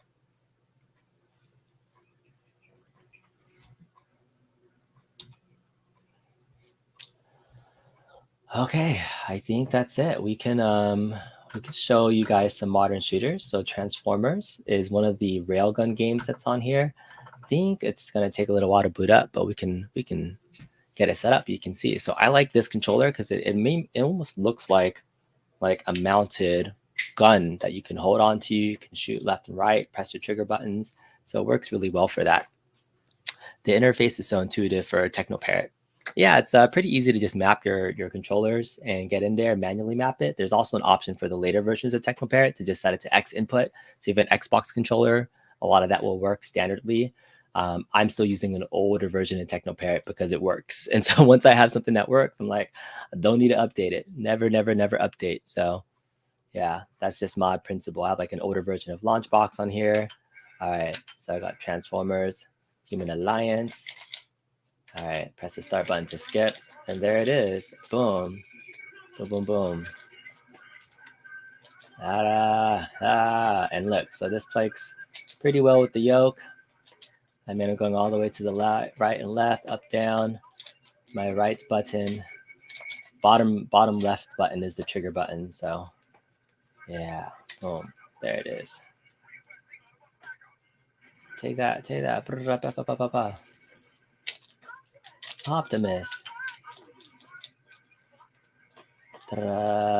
So yeah, but this is a one-player yoke, right? And so the only bad thing, like these are fun games to play, like on your Star Wars cabinet, but it's a one-player game, so you can't set up a second player pretty easily on here without adding another USB controller or something. So people have asked, like, can you add a light gun to this too? I mean, you could. I mean, eventually your Launchbox and your PC builder, completely up to you to do whatever you want to.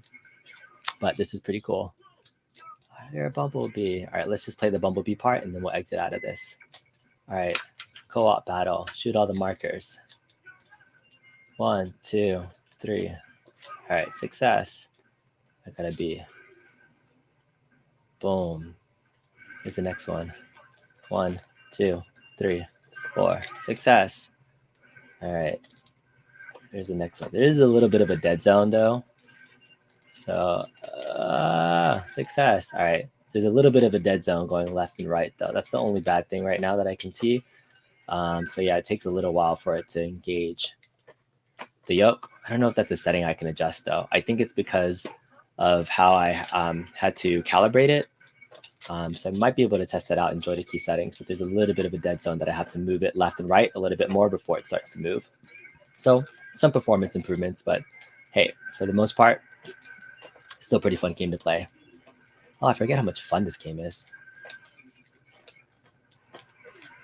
Boom, boom, boom. All right, there's Starscream. All right, let's get out of this. So to get out of this game, for this one, I just hold the start button for about 5 seconds, and that's going to exit out of the game. All right, so that is Technoparrot. I think it'd be fun to at least play a Star Wars game, right? So let's do Star Wars Trilogy. I'm going to load this up, but I'm going to play some background music in case.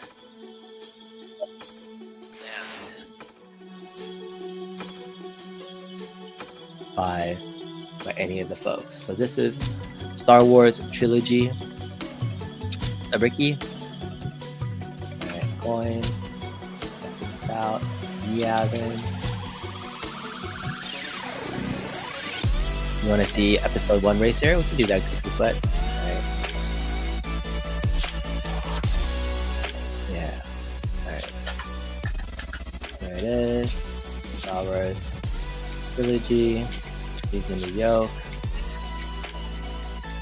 I actually like playing this game a lot with the yoke versus the original and a flight stick. Oh, I missed it.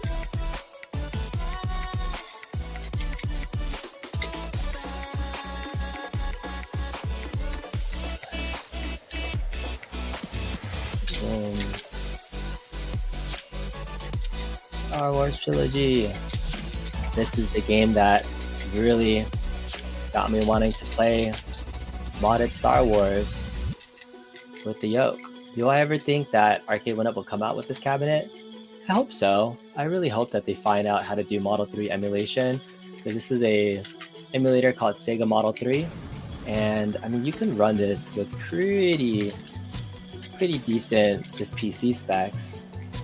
But the fact that they got Fast and Furious port going already, like I think if they figured out a commercial Model 3 emulator, it would open up Daytona 2. I mean Model 2 even first would be great for them to figure out, because that's what Daytona would be running off of, is Model 2 emulator. So Model 3 would open up this game. I think we would see a Daytona first before we would see this cabinet though. All ties destroyed. Pod. You want to do Pod Racer? All right. I have Pod Racer. Actually, I do want to test out Pod Racer. Pod Racer, I have the arcade version that runs off of the mole, and I also have the Dreamcast version. So I'm really curious to see what this runs. All right, so this is Dreamcast version. Let me get out of here. Let me see if I can. I want to see if the Hikaru Pod Racer version works. I think somebody was telling me that this is not up and working. Alright, suitable for all. Alright, it works. You make a good point. You don't always need to wait for Arcade1Up to make a Star Wars. Just need to Nike up and just do it. Yeah, dude, like it's pretty.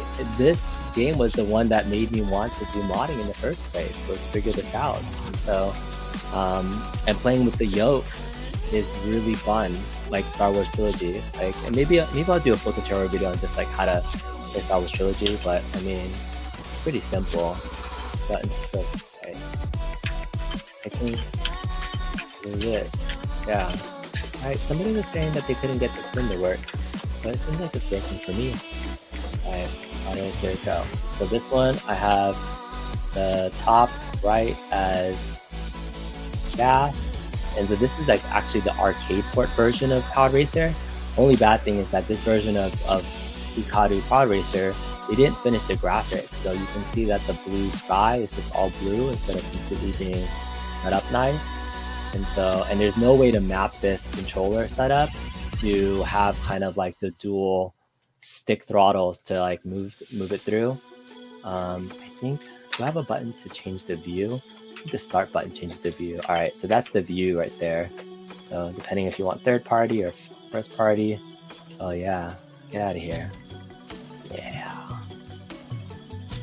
So yeah, this is the fun arcade port. But I think it's only like limited stages that you can pick, and it's not the full game. But you just want to be able to play some pod racing. We're racing. We're pod racing. It's working. It's working.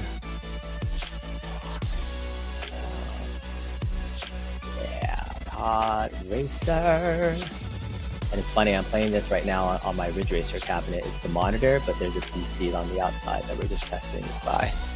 Yeah, the yoke is perfect for Pod Racer, right? Yeah, you remember playing this on the N64? Yeah, I have the Dreamcast version of this too, that has the full stages for this too. But this is the Sega Hikaru arcade version of this game.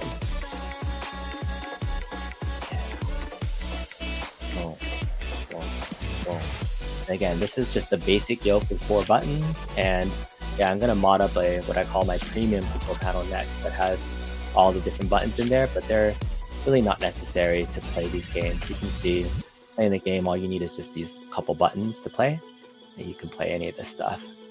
Damn, I'm in 6th place. Dang, how do I boost? Is there a boost button? Do I have to like press something? So yeah, like the other thing is like you can't unfortunately like get all the buttons that you need to play the games right. I'm sure there's like a boost button that I'm not doing. Boost. Oh, I gotta get up there. So yeah, Thing about emulation is never 100% perfect. You're not going to get all the controls you're working, but you're pod racing, you're having fun. Whoa, there's some Bulba. Oh, all these guys are passing me. What the heck? Dude, I totally need to do a boost. I gotta look up the controls later and see if I can add the boost button. I'm like maxed out. Just pressing a button. Ugh. Come on. 3, 2, 1. Time extended. Oh, I'm not gonna make it. Really gonna make it. Alright, these guys gonna let me pass now? Alright. Can I like win without boosting?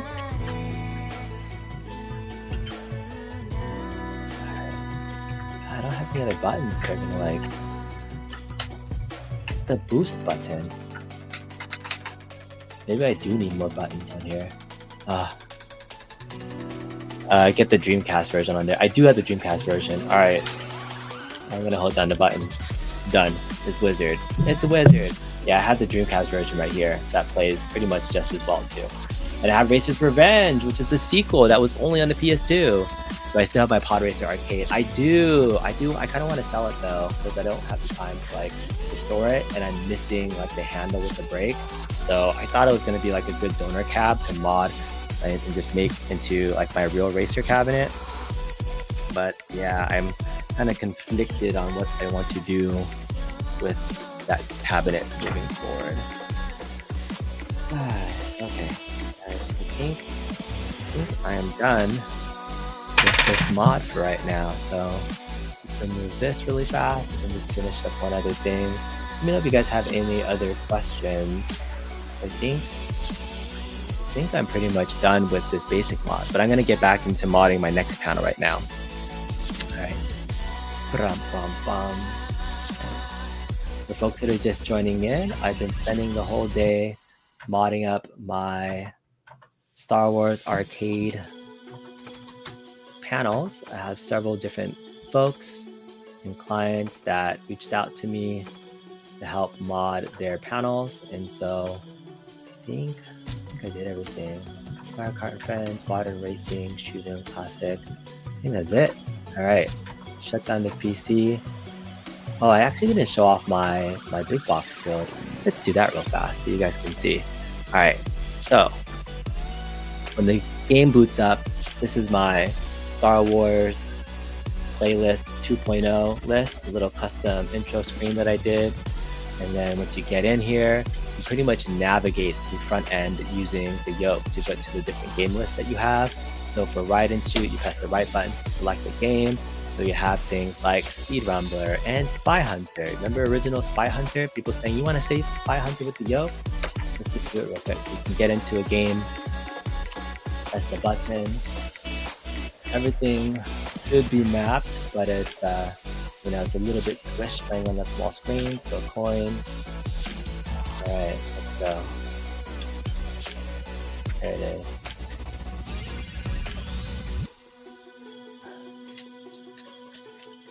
Alright, da-da-da-da-da-da, Speed Hunt, boom, take that, Spy Hunter, speed up, speed up, speed up, ba-da-ba-bum-bum-bum-bum-bum-bum. I don't know if there's like really good strategy for this game, because I always think I'm terrible, but I can decently get by. I don't know the main strategy for like using all the extra weapons once you get them. Oh, I don't want to go into that slip. Boom. Get out of here. Get out of here. Boom.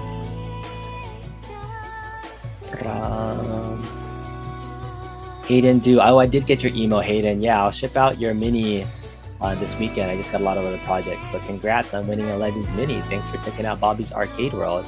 I did get your email. But yeah, I'll get your Legends Gamer Mini out. Alright, those folks. Oh man, I crashed too many times. Alright. That's Pod Racer. You press the button to exit. Not Pod Racer, Spy Hunter. So then you get into here, there's Road Blasters, all sorts of fun things you can do. Yeah, and then when you're ready to exit the menu, press the back button, go back into the shutdown, shut down the PC, and we're done. Oh yeah, Bobby's Arcade World is here. Spy Hunter said sick. Hayden is a new sub to Bobby's Arcade World. Check out Bobby's Arcade World. He has the largest Arcade1Up collection, I think, known to man in existence, except from Arcade1Up. They have a larger collection than we do. All right. Ryan Garber says, thanks, stopping in for work break to say hello. Thanks for jumping in. I still got another hour or two to go modding up the rest of my control panels. Hopefully it'll go a little bit faster now that I showcased some of this stuff so you can see what's happening. I don't think you need to see that blank screen anymore. Stop that. Get the extra camera back on. All right. Okay. Yay. Mod one control panel in PC.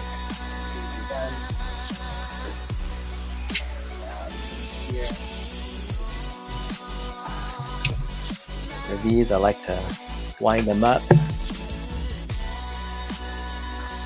Get it ready to ship back out to a client. So this was Matthew Johnson. If you're watching, this is your build. Oh, there just goes a rubber band that I was going to use.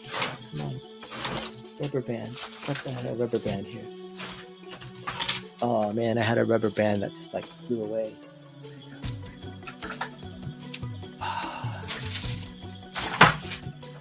Where's my box of rubber bands? No. Okay, let's just use this one. All right.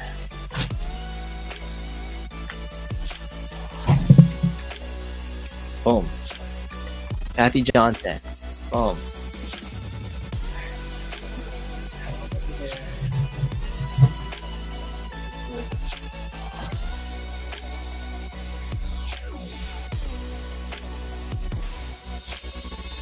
All right, let's get into the next one that we're going to be working on right now. Check my phone real fast, see if there's anything I got going on, I'm missing.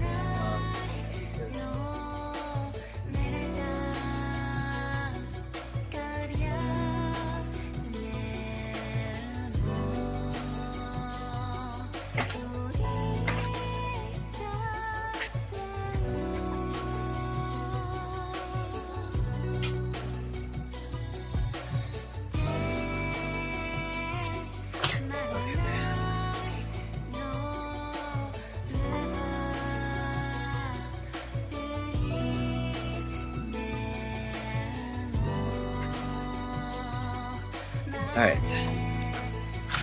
here is what I call a premium mod. All right.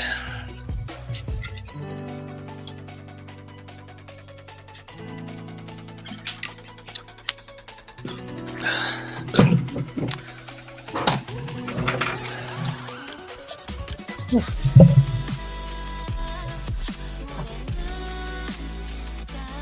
right, turn that down a little bit.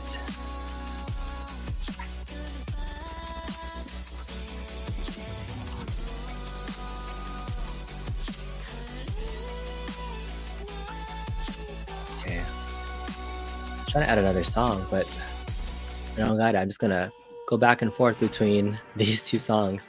All right, here's my next panel that we're working on. This is now what I call my premium mod. Has way more buttons here, so you can see all the buttons have been added into here. It's looking very clean. It's Matthew Lampert, Star and Coin. This is the R best letters that say "May the Force be with you." My Congruous logo, this starting back, so looks pretty clean. Let's make sure that we take off the stickers first. Okay.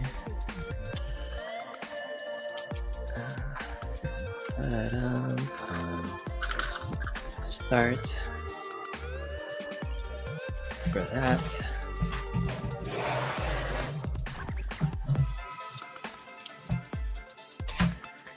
Oh, that's not what I wanted to do.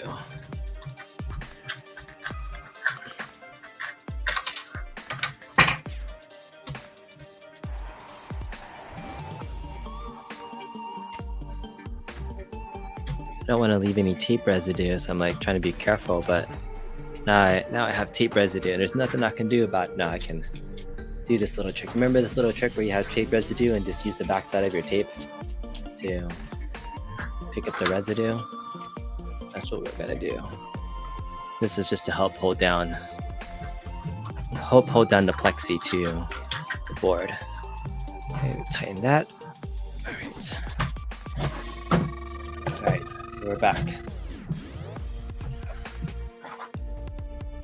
Okay, got a couple of micro switches here. These are LED micro switches.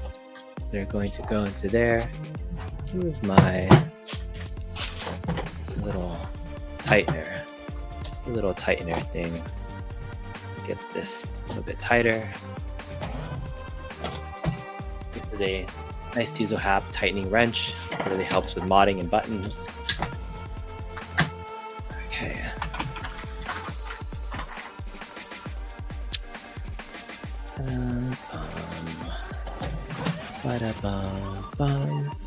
Let me know if you guys have any other questions or comments. Let me know if there's anything you want to hear about. Happy to chat about anything as I do this mod too. I'm gonna start from the beginning at the top, changing out my volume switch from brown to red. Short little trick there to make this work and not short.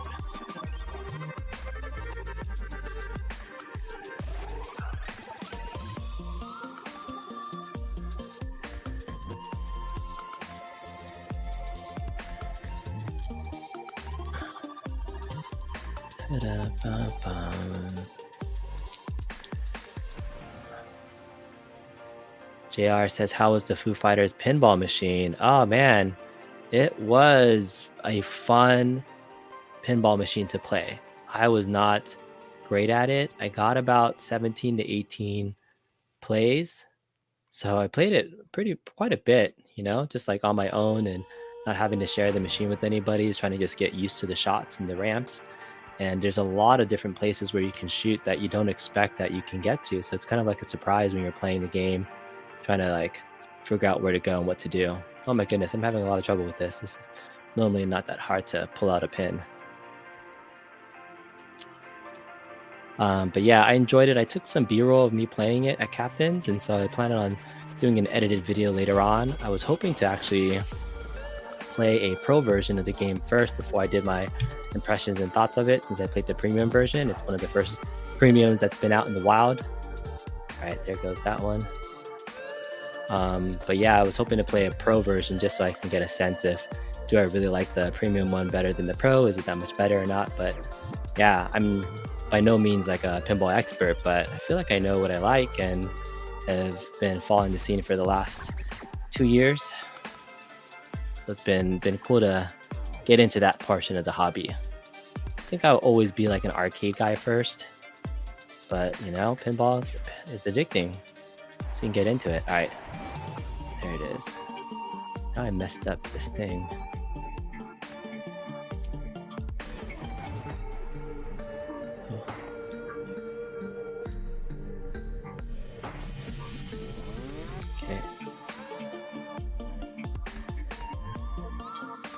Switching the pins so that when it's plugged in, it doesn't have any shorting issues. But now I've gone and done it. I've pressed it in too much, and now it won't stay in the pin socket. So now I gotta fix this. It's like, lame. Poke it out a little bit on the backside.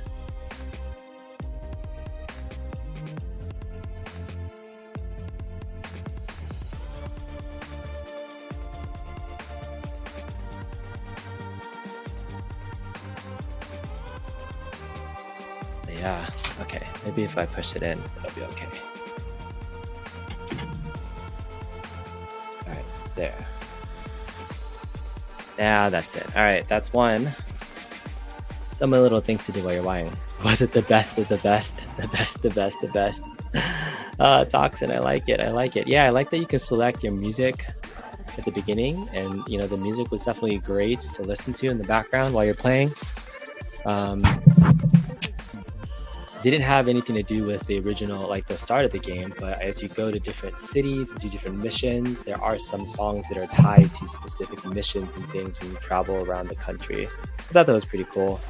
You know, getting multi-paw to start off was probably easier than I've seen in a lot of games. You just kind of have to shoot the overload section a couple of times and you can activate multi-paw.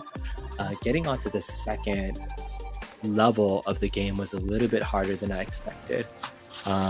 I couldn't quite hit that ramp shot when I got up there, and then when I did get up there, it was like I pretty much fell back down almost immediately. There's a couple of times where I was able to get the loop shot going pretty consistently, but you have to be timing, and there's only one flipper up there, right? And so if you don't kind of catch that flipper at the right angle the first time, then you kind of just go back down. It's like, dang it, I was just up there. I wanted to stay up there, but I went back down. There's nothing I could do about it except try again. It got the best of me. All right.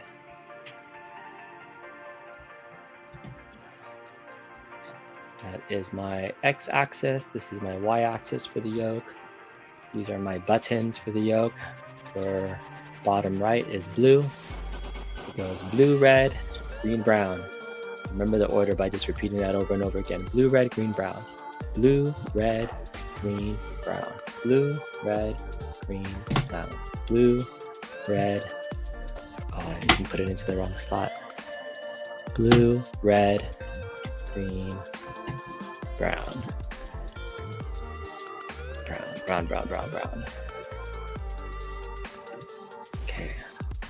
Those are all there. These wires are pretty much all for that custom joystick. That gets a little bit crazy, so I kind of do that last once I wire everything else in.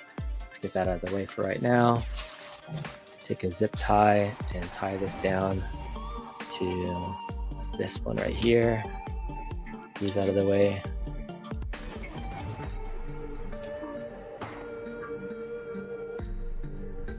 Okay. All right, so we have a lot of these.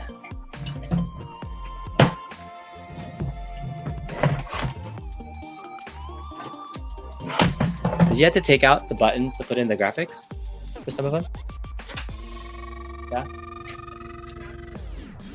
Oh, okay.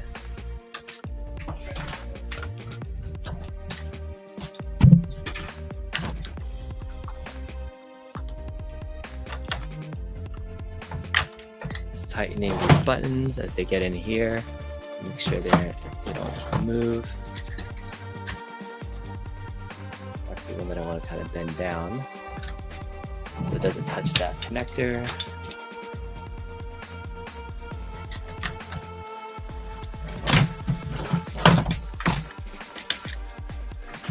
It's that button tightener that's really handy because once you get into tight zones, it's hard to tighten them up. So a nice final stage, tightening these buttons.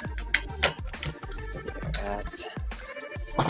Probably should be looking to make sure they kind of are set in the graphic area, but I can move them around a little bit afterwards once they're done.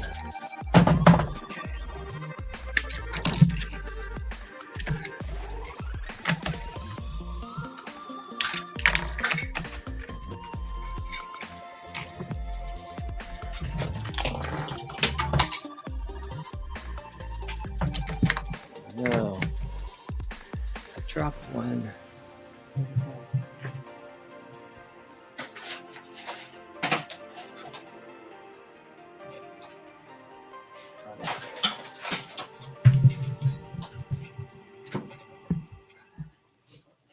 I dropped the button micro switch. All right, there it goes. Down.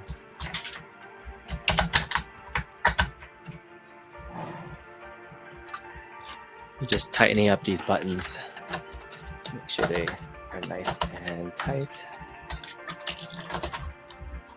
before we start wiring everything down.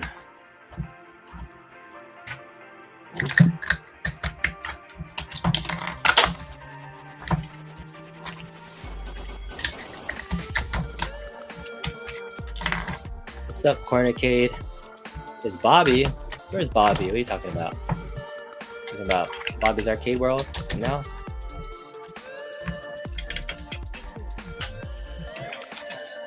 Pretty good. Start pulling, moving this move slightly. I want to make sure these logos lined up.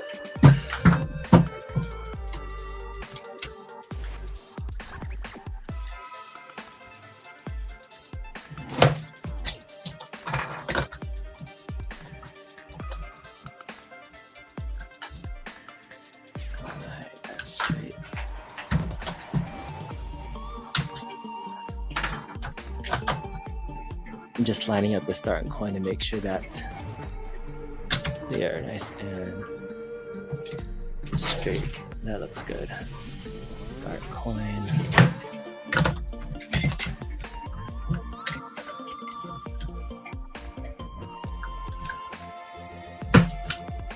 All right. Okay, buttons are nice and tight. Now we can start adding in the encoder wires for everything. Encoder wires. So these are HAP style encoder wires. You can tell the difference between just the size of the terminal connections for these buttons versus like sandwall connections, which are the smaller ones. All right, Cornercade asks, gotta ask if Fast and Furious will have a keypad, some pedals as Ridge Racer, in the height of the cab. Same pedals as Ridge Racer and height of the cab.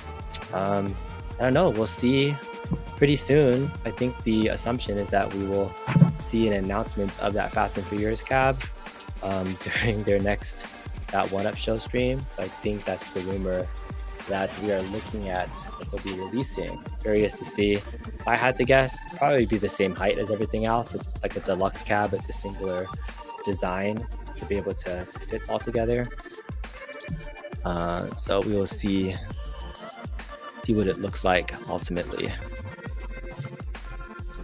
Same pedals. I'm pretty sure they'll have the same pedals. I think so. I don't see them upgrading any of their design elements for anything. They're not really good at redoing parts that they've done previously. So I think the pedal tension in terms of like the quality got improved a little bit from Ridge Racer to Outrun, but in terms of design of it, it's looked physically exactly the same. So I'm not sure what they're going to do differently for the Fast and Furious cabinet. So we'll see pretty soon. Oh, Cornercade loves his class of 81, man. It's awesome. Got asked on the 20th. Thanks for the discussion. Class of 81, the sounds I heard are pretty good on Class of 81. I mean, I got to play the demo version. I'm really curious if the demo version was that much different than the ones that were in the ones that we saw at CES versus the ones that people are getting now. You know, quality-wise, I think there's not that much to complain about the deluxe cabinets. I think I heard about the bubble on the deck kind of rising up. I think the only thing that was is just people over tightening the plexi screws, but I don't think that's going to be an issue if people do it correctly. I think that one might be user error, but you can leave it up to folks out in the wild to do things that maybe they're not supposed to do a certain way. And you know, Arcade1Up should probably make it easy enough for the lay person, the most average user of these cabinets to be able to complete it without having any issues. You know, one of the things I used to do was I used to tighten the plexis with a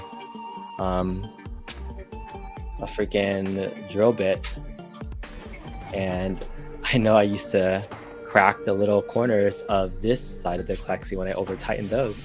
So it's kind of have to do it by experience and figure out those little things. Yeah, you just undo the plexi bubble. That's good to know. Cornercade. Cornercade, I know that you've always been saying that you wanted to join my show to talk about stuff. I'm literally just modding here for the next hour or two. If you want to hop on and have a discussion about anything, let me know. I'll throw a link. If anybody else wants to join in and say hello too, might as well have some company. There it is. So yeah, if anybody wants to join in and say hello, let me know. I'm just going to be modding and talking as long as you don't mind me being distracted working. Happy to have any guests on that want to just come on and chill. This is literally a chill and mod stream. I think that's what I'm calling it. So much wiring. So many wires. Oh, you're at work until 8:30? Let's see.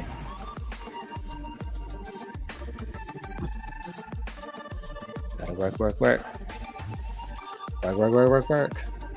You know, I'm taking a vacation day from my work to work on this stuff, so this gets fun. All right, let's just make that up. Okay, so many wires, so many wires. Okay, so let's do this one first. This is number 5 here.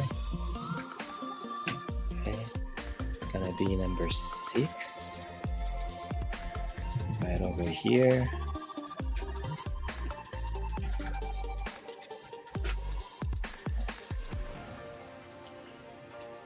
Start and coin are 7 and 8. Cornicade wishes you can mod your Star Wars cabinet. Yeah, if you wanted to. Happy to have a link to my Star Wars modding commission services page in case you want that. Speaking of somebody who I might be modding cabinet soon. Yo, what's up, man? What's up, man? Setup. Hold on. There it is. What's up, man? Bobby's Arcade World. How you living life, man? Look at you. Tripled your subs in one night. Yeah, I didn't expect that. I've been working on the arcade for a little while. That Super Pac-Man that was broken, the PCB. Oh, yeah? New one. So I installed it and I got sound, control deck works. But there's still nothing on the monitor. So, oh, dang. Okay. Like, honestly, like that was one of the things that like kind of upset me is before when all the PCBs would fry and, you know, getting new parts was not that hard. Now I have to pay like $50 for each one that breaks. So dang, that does add up then. It sounds like it. It adds up when you have like 70 cabinets. So yeah. My Marvel pinball here broke on me one day because of the overheating issue. And it's only a matter of time before the Star Wars and Attack from Mars probably go out. So I try not to run them too long because of that issue. Yeah. And, you know, decase the PCBs and everything, but you just never know. And there's actually things that, like, out of all the cabinets that I have, there wasn't really that many issues that I had generally. Mm-hmm. Like, you're going to have issues sometimes. But overall, it's really not as bad as, you know, like all the people that are saying all the negative things, you know, yeah, like one time I had a epidemic. Mm-hmm. Yeah. And so now, I mean, yeah, they upped it to 6 months for the warranty, which is great. But the longevity of these things, my biggest concern is the PCB, you know. So yeah, with honestly, all electronics, that's something you gotta kind of take into consideration, right? Like these are parts that at some day they will stop working, and what are you gonna do with the cabinet or the pieces from there? How much of that do you think, in terms of like just all the cabs that you had, is it just kind of normal use, or do you have them on all the time? Or no, I only turn them on when I have people over.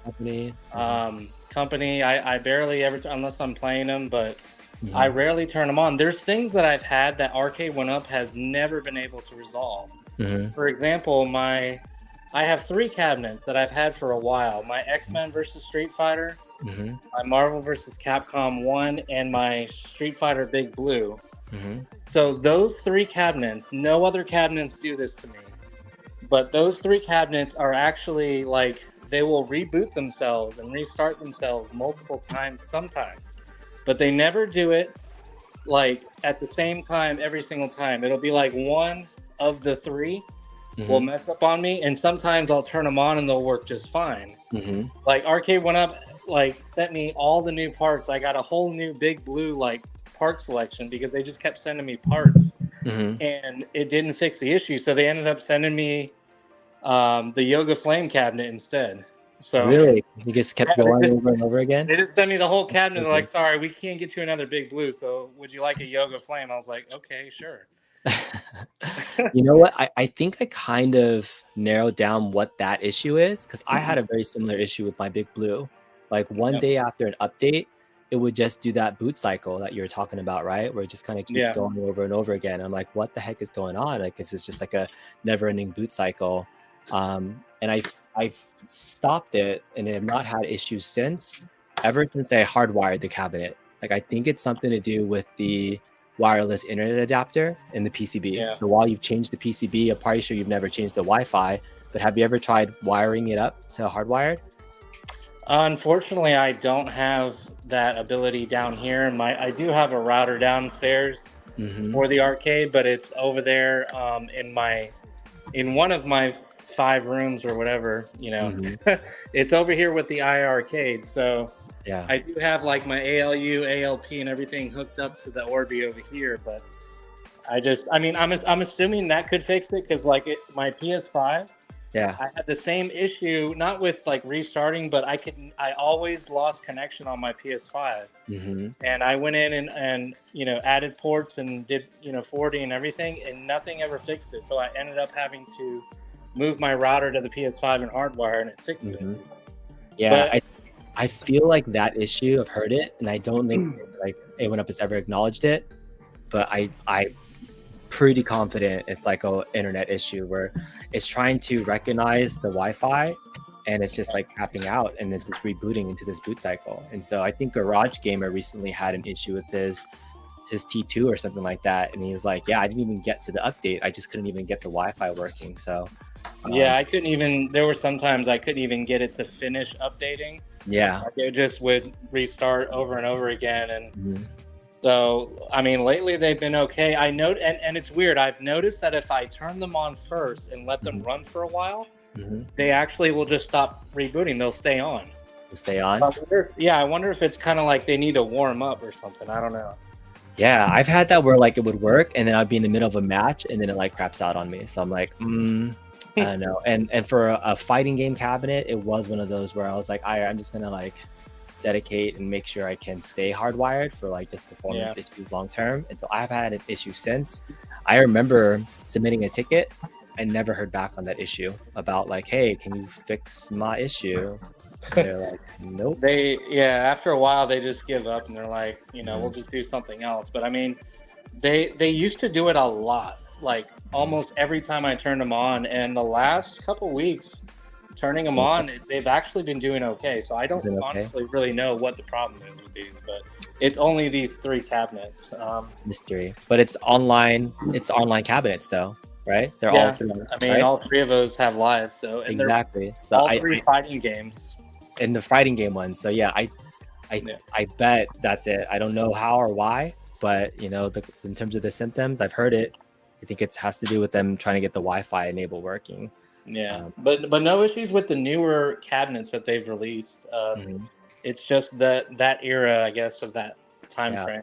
Toxin says it could be bad solder on the chips, but you replaced the whole PCB though, right? So I mean, yeah, the PCB, the monitor, control deck, they sent me every part, and they actually sent me a PCB twice because they thought the first one was bad. faulty. So like honestly, I could just build a big blue right now. if I just had the cabinet. Either that, or you could probably sell that PCB if you need to get some of that money parts for the next time something. That is true. I got a whole closet full of parts in there. Yeah, that's the thing about like once you do all this modding stuff. I think that somebody was doing a stream about hoarding or things, and I'm like, I just have so many leftover parts from all the stuff I've done that I'm sure someday. Here's another question while I got everybody on here. Yeah. Does anybody have any issues with the spinners on some of these Asteroid models? The older ones? Yeah. So my Asteroids Deluxe, this spinner is so tight it takes force to actually turn it. There's no way to loosen it? I'm not sure. I was thinking to take it out and like look at it. I mean, the more you turn it, the better, but it's so stiff. The other one, let me see the other one. This one is a little stiff, but not as stiff as the other one. But you can hear it like grinding almost. Mm-hmm. It's like, every single one of my Asteroids cabs has that weird grinding sound, but only the old ones, not the new ones. Yeah, I don't know. I think I know the old spinners were just pretty bad quality in general. Yeah. I think that's have you ever tried opening it to see if you can like loosen it, if it's like more of like the way that it's connected? No, I haven't opened them yet, but I'll probably will later when I get to them. At least I know the old ones were somewhat compatible with Glenn's updates, right? So see, people were like, just I want a higher quality spinner, and then I can just upgrade it using the Glenn's Retro Shoyo or spinner. So I think that is an option for if you can't really get it going. But yeah, I don't think there was much hope for improving the quality of those. You need the GRS spinner. That's pretty much your best solution in terms of finding to be a better. I tried the Centipede, the Centipede Legacy one, the new one. It spins freely, like really fast. The ALU spinners work great. Let me see, the Tron one works great. I think it's really just the older Asteroids. Check my Tempest one. I think that one's fine. Yeah, Tempest spins freely, so it's only those old Asteroids one. Yeah, and the Pong ones spin great too. The Pong ones break? Is that what you said? The Pong table. Oh yeah. Oh yeah, the pup table. Yeah. How do you like that? Is that fun? I like it. I mean, I play, I think, Warlords mostly on this thing. Yeah. It's one of my favorites. A lot of the guys that come over for game nights, like I'll have them try out different games, and there's games that they've never played before, and they actually liked it. Like they never heard of Robotron before, and he was on it for like an hour trying to get the highest score on my JAMA cabinet out there. Nice. Wish there was some more games on here. I mean, they got 8 of them, but I do like Warlords on here. Good party game. The Infinity Game Table they've been playing a lot too because they came out with Risk. So yeah, we've been playing a lot of Risk on that one. Nice. Yeah, you don't have to like deal with all the parts and things. Yeah, I like me classic Risk. I was always a big. But you said you have like 100 board games or something? Like, I have so many. Actually, I can go upstairs. You more? I was about to put the stickers on my last A1Up pinball. I got the ones from Etsy for like my Marvel. Well, for the apron area? And my Star Wars for the apron and the inside. So it covers like the inside trim of the black panel. Oh, dang, I see. Yeah, that's nice. So I got the Attack from Mars. I've been wanting to put this one on here. And that'll be pretty much my last mod. I already changed out the glass thing and everything. Yeah, let me go upstairs. I'll show you guys some board games. My house is 3 levels, so it's a lot of stairs. Your setup was very mind-blowing the other day when we saw it, so that was really cool. Yeah, actually, I'll do a live stream tonight, so if anybody missed it, they can. There you go. Cool. There. That content. It's a little messy, but I have. Let me just give it for a while. Okay, let me showcase you real quick. There you go. There we go. Bobby's Arcade World, folks. Look at this. All right. Not just Bobby's Arcade World. It's Bobby's. Oh yeah, you got Hero Quest, my man. Is that the re-release one that came out?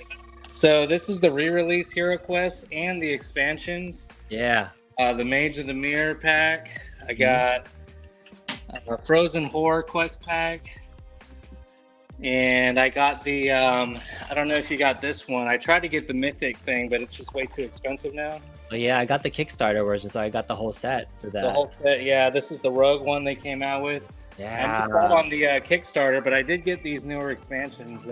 Nice. Dude, I was a huge Hero Quest fan back in the day, and like I bought it so I could play with my kiddos, but I just have not had the time to like dive into it. But that's awesome. Cool.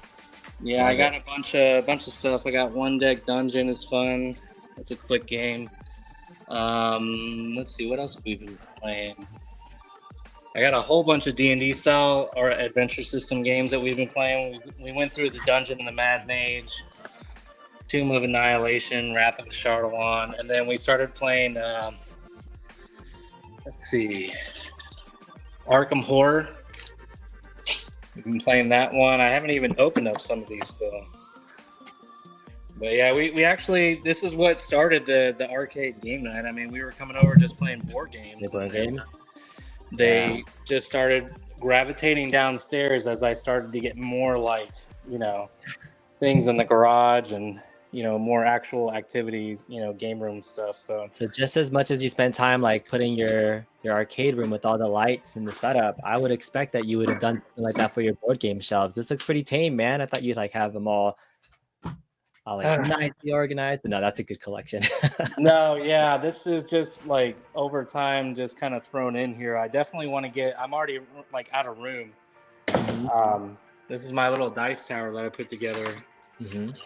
Got like all these little things. I mean, you definitely want a dice tower if you're going to be playing any kind of dice games or D&D. You just drop the dice on the top and it just comes out. Yeah, you just drop it in there and it just bounces down through the castle and then comes out the bottom. Cool.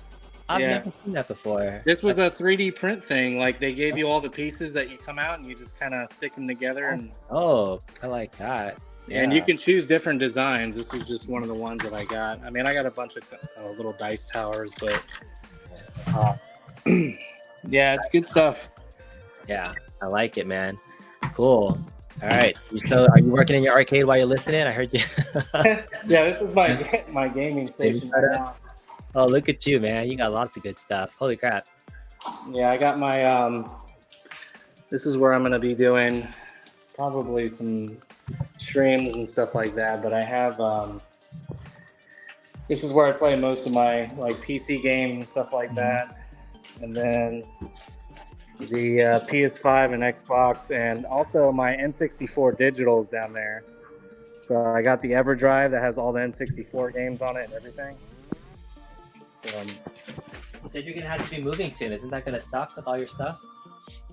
Oh, man, I don't even want to think about it. All right, hold on, I'll be right back. I need to grab some.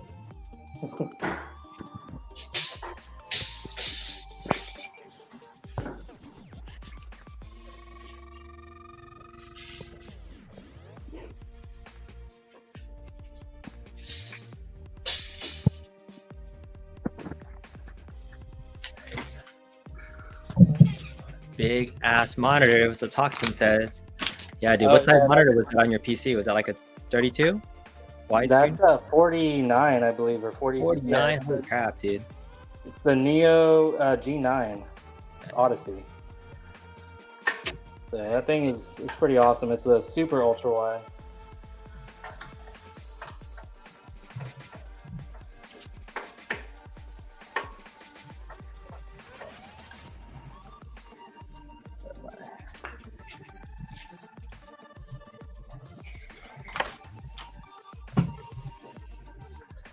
I don't know if I showed anybody this, but my Rampage, it's got the signature of the original guy that created it.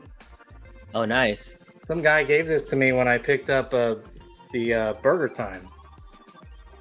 He just like gave it to me for free. Your collection is dope, dude. This is my there's all my parts and stuff down there. I put so many stools together. This bag is just pieces for the stools, like all the little end caps. Oh yeah. You just got I got like 3 bags of these. It's ridiculous. Why do you keep all the stuff, just in case? I mean, I don't know. Like I just keep things just in case you need them. I mean, who knows? But actually, I'm gonna go over here and check out my. All right, that's Bobby's arcade board. He's working out. He's hanging out too. So I just finished wiring up my premium deck. This might look like something. So you're gonna send me a panel, right? Yes, I am. Yeah, so, that's how we connected. He was like, "Hey, can you mod up my stuff?" And I was like, "Yeah, let's." Actually, now that you mention it, I just put together the 40th Star Wars and just added it to the end right here, so it's good. So the box that the panel came with, I'm gonna send that to you because it's got That's all the perfect right there. Yeah. So that box right there that you got, that's a perfect shipping box. So hold on to that. Wrap that up. Are you gonna send me the 40th one or the original one? I think I'll just send you the original one because it's better. It doesn't have that the issue you were talking about, right? The centering. Yeah. I mean, did you notice the yoke off-centered on the 40th? I tried to test them both out, but I didn't really notice too much. Just look at the fit of it. Like, does it look crooked? That's what I'm saying. Oh, you're talking about like the actual centering? Yeah, the actual yoke itself. Like, look at the yoke. Is it like, does it look crooked at all or off-centered or? Hold on, let me see. Like, no, yours looks okay. I saw some that looked really off-centered. Like, it was just like tilted a little bit. They just did a half-assed job. Yeah. Yeah. No, I think this one looks fine. Actually, now that you say that, I'm gonna go look at the original one before I send it to you. Yeah. Let's see. Is that right? Pretty much the same. Looks the same, right? Yeah. Yeah, I would say. I think yours is okay. I saw one that looked really, really off. But yeah, so yeah, ship me that panel in that box. We'll be all good, man. All right, so I just wanted to test out my the one that I just finished modding up. So left, right, up, down. 1, 2, 3, 4, 5, 6, 7, 8, 9, 10, 11, 12, 13, 14, 15. We're putting 16 buttons in here. So yeah, everything's working just fine. It's perfect. I'm gonna calibrate the yoke here as well. For calibration, we're gonna move the yoke up, down, left, right, up, right, down, left, up, right, down, left. One right there. Okay, this is the volume switch up and down. This is the little joystick on the left and right. This is up and down. This is twisting. And done. All right. Perfect. All right. So left, right. Yeah, that's the X motion. That's your up and down. This little joystick right here. Z rotation. Apply. Perfect.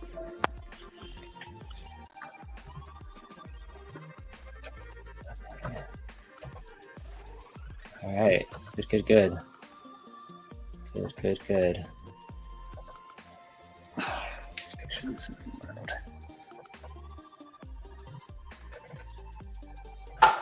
I'm actually gonna make sure my launch box is still working on my PC too.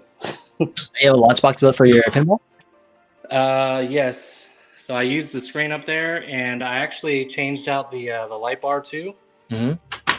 I got the newer light bar because this one is the advanced light bar that I forgot what the name of it was, but it was the one that you can actually shoot from anywhere. It's not the stock one. I don't know if you can see it. Oh yeah. It's like a larger one. It's way larger. Yeah. What ones are you using? Sindens or no? I'm using the whatchamacallit? Aim tracks. Aim tracks. Yes, that's right. I'm forgetting all these things. When you're ready, upgrade that too. What's that? Aim tracks are decent for the time. They're very similar, I would say, to Wiimotes in terms of quality of like the accuracy. Like how do you feel about that? I mean, they seem to do great. I got 2 of them hooked up here. Mm-hmm. So I have them hooked up to the sides of the ALP. There's one there, and then I got the other one right here for that side. But for the games, I mean, they do really well. Have you ever tried like Gun for IR or Sinden before? I haven't tried any other ones. I've heard Sindens are pretty good. Yeah. So honestly, yeah. My original plan, I didn't plan to do this. My original plan, I actually tried to get it working on the ALU. Mm-hmm. And I had so many problems. Like the light gun games were just so slow, and it was not working well for me at all. Yeah. So I ended up just moving it over and using this because I use this monitor as my back glass anyways. So you have pinball and your thing set up there? Yeah, I got them all set up in one now. So when I want to do shooting games, I'll just do it here. And if I want to switch over to pinball, I'll just do that on the actual OTG thing there. I bet you're the only one that knows how to use that pinball machine when your friends come over, though. It's true, because even though I have every game on all the A1-ups on there, they all come over here because they look at it and they're like, hey, look, it's Marvel or Star Wars. Like there's just like that usability of having people just turn it on and be able to like figure it out.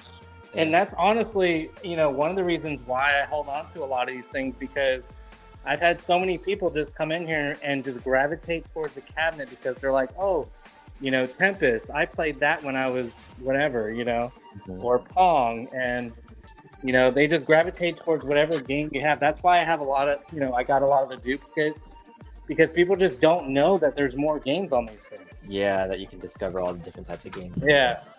And they don't know how to go back, you got to explain to them, hold down the first player button, do this and that. And people just want like plug and play and ready to go things. And so for myself, I play the ALP, the ALU, the iArcade, and I do plan on getting the gold one as well. It's on my radar. Yeah. But arcades are definitely more for individual users than like for guests to use. So that's exactly. So take. Yeah. And people always ask, oh, why don't you just get the ALU or ALP only? I mean, honestly, if it's for yourself, that would work, except for a few specific games like, the racing or, Star Wars, things like that. Yeah. Ray plays games. If you don't know Bobby's Arcade World, tell him, how many total 1-ups do you have? So I actually got a count for you. I went up there and checked. So I have 64 A1-ups. Okay. I have 2 at games. I have iArcade. I have MVSX. And I have 2 full size. I have the Road Riot 4-wheel drive out there, and then the 19-in-1 JAMA cabinet. So total of 70 arcades. Okay. Everything. Well, I don't know if you count the pub table and the Infinity game table, but I don't know. It's hard for me to count those, Mm-hmm. Yeah, but just in pure Arcade1Up, 64 Arcade cabinets, and then you have some of the ALPs, the MVSX, iArcade. So it's over 70 cabinets in general. Ooh. Yeah, I mean, if you don't count the other things, the basketball unit, the air hockey, the foosball. I didn't have room for a pool table. I would have got that too. But yeah, they do spend quite a bit of time in here. I don't think I showed you guys the beer pong table last time too. I think I saw it just in the corner right there. I was like, man. It's got the little holes so you can put the cups in there already. So what night is game night over at Bobby's? Are you always like every other Friday? Yeah. Yeah. Yeah. Until I move, and then who knows? Moving too, man. That's crazy. Yeah. I don't know if you guys can see it, but like this Road Riot cam, if you look at the side over here, there was a little scrape on one side, and you can see the Spy Hunter graphics underneath it. Because this was an original Spy Hunter cab, and look at this yoke right here. This thing is solid. Oh yeah, nice. It's got the triggers right here. It's got the start button. Is that what an original Spy Hunter yoke looks like? I think so, because they maybe not. They may have taken it out and popped this one. It says they could have been a sticker. I'd have to look. Yeah, but the actual cabinet itself is Spy Hunter, and it's got the original pedal down here too. Oh, nice. That being solid. But this thing, it survived like a hurricane or something, because when you open up the back, it looked like it was flooded out, and it's still ticking. I mean, it's pretty solid. Here's a little bit of the side that you can see. Yeah, G Combos is like, yup, over 70. Holy, right? Yeah, just imagine. So it's about 35 cabinets a year. So by next year, I should hit over 100, because I got to get the 3 deluxe. I got like 10 more that I need to order, and there's like 20 of all the other special editions. If I see them, I'll grab them, but it's not like a must-have. Yeah, man, you're growing at a crazy pace. Oh yeah, somebody rocking Yankee saying it's not an original Spy Hunter. Well, yeah, that's what I thought. So I haven't seen that style yoke before, but that's insane, dude. Look at you. Let's see. So that your launch box build right there, you just launch it from the menu. Do you have a front end for big box? I don't think so. So I use Launchbox just for my my shooters. I do Like the have games. all the different like games over here on the sides. Techno Parrot, Windows, just Sega's, Wii Arcade. My buddy, he keeps telling me that I won't have a real arcade until I get Luigi's Mansion. So that's coming. It's on my Star Wars build. Oh, is it? Awesome. Yeah, that'll make him happy. Yeah, for sure. It's only one player though, but your light guns, you should be able to do Luigi's Mansion with your light guns too. Yeah, I think I'm getting an error on this one. Hold on. It says vacuum.exe. I don't know what that means. Oh, your whatchamacallit, your Windows Defender deleted it. Oh, really? Yeah, you need to disable your Windows Defender because that vacuum.exe is like, it shows up as a virus, so it deleted that file. So where you originally got it, if you just reload it up, and then, or you could even check your Windows Defender to see if it's in quarantine. Nah, it's off. What's that? I turned it off. Check the quarantine. It might still be there from before, or either that, or like you just need to just re-download it, because yeah, that's the if that's happened before, it's because before you had it. Yeah.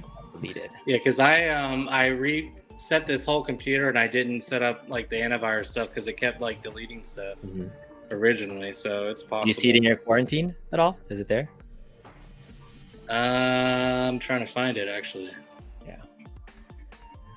What's up, Mr. Encoder? Hi, B. Bye, B.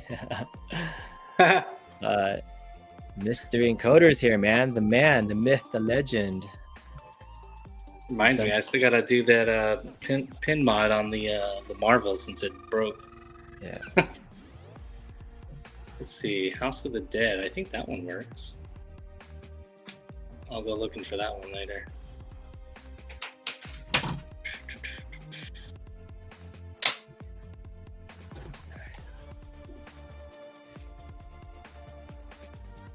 Go to Windows.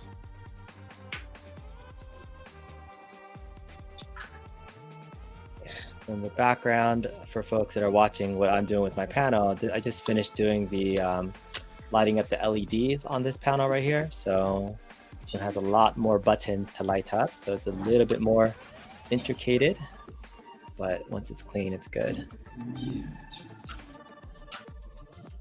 You got both guns working with the House of the Dead? Yeah. Nice. Let me just try to remember the buttons to actually get the game started. Which version of Dreamcast version of HOTD is better for a cab? Yeah, I don't use any of I try not to use a lot of the console ports. I'm using Sega Model 2 emulator for House of the Dead. And that's what you should be using if you're setting up a light gun cabinet.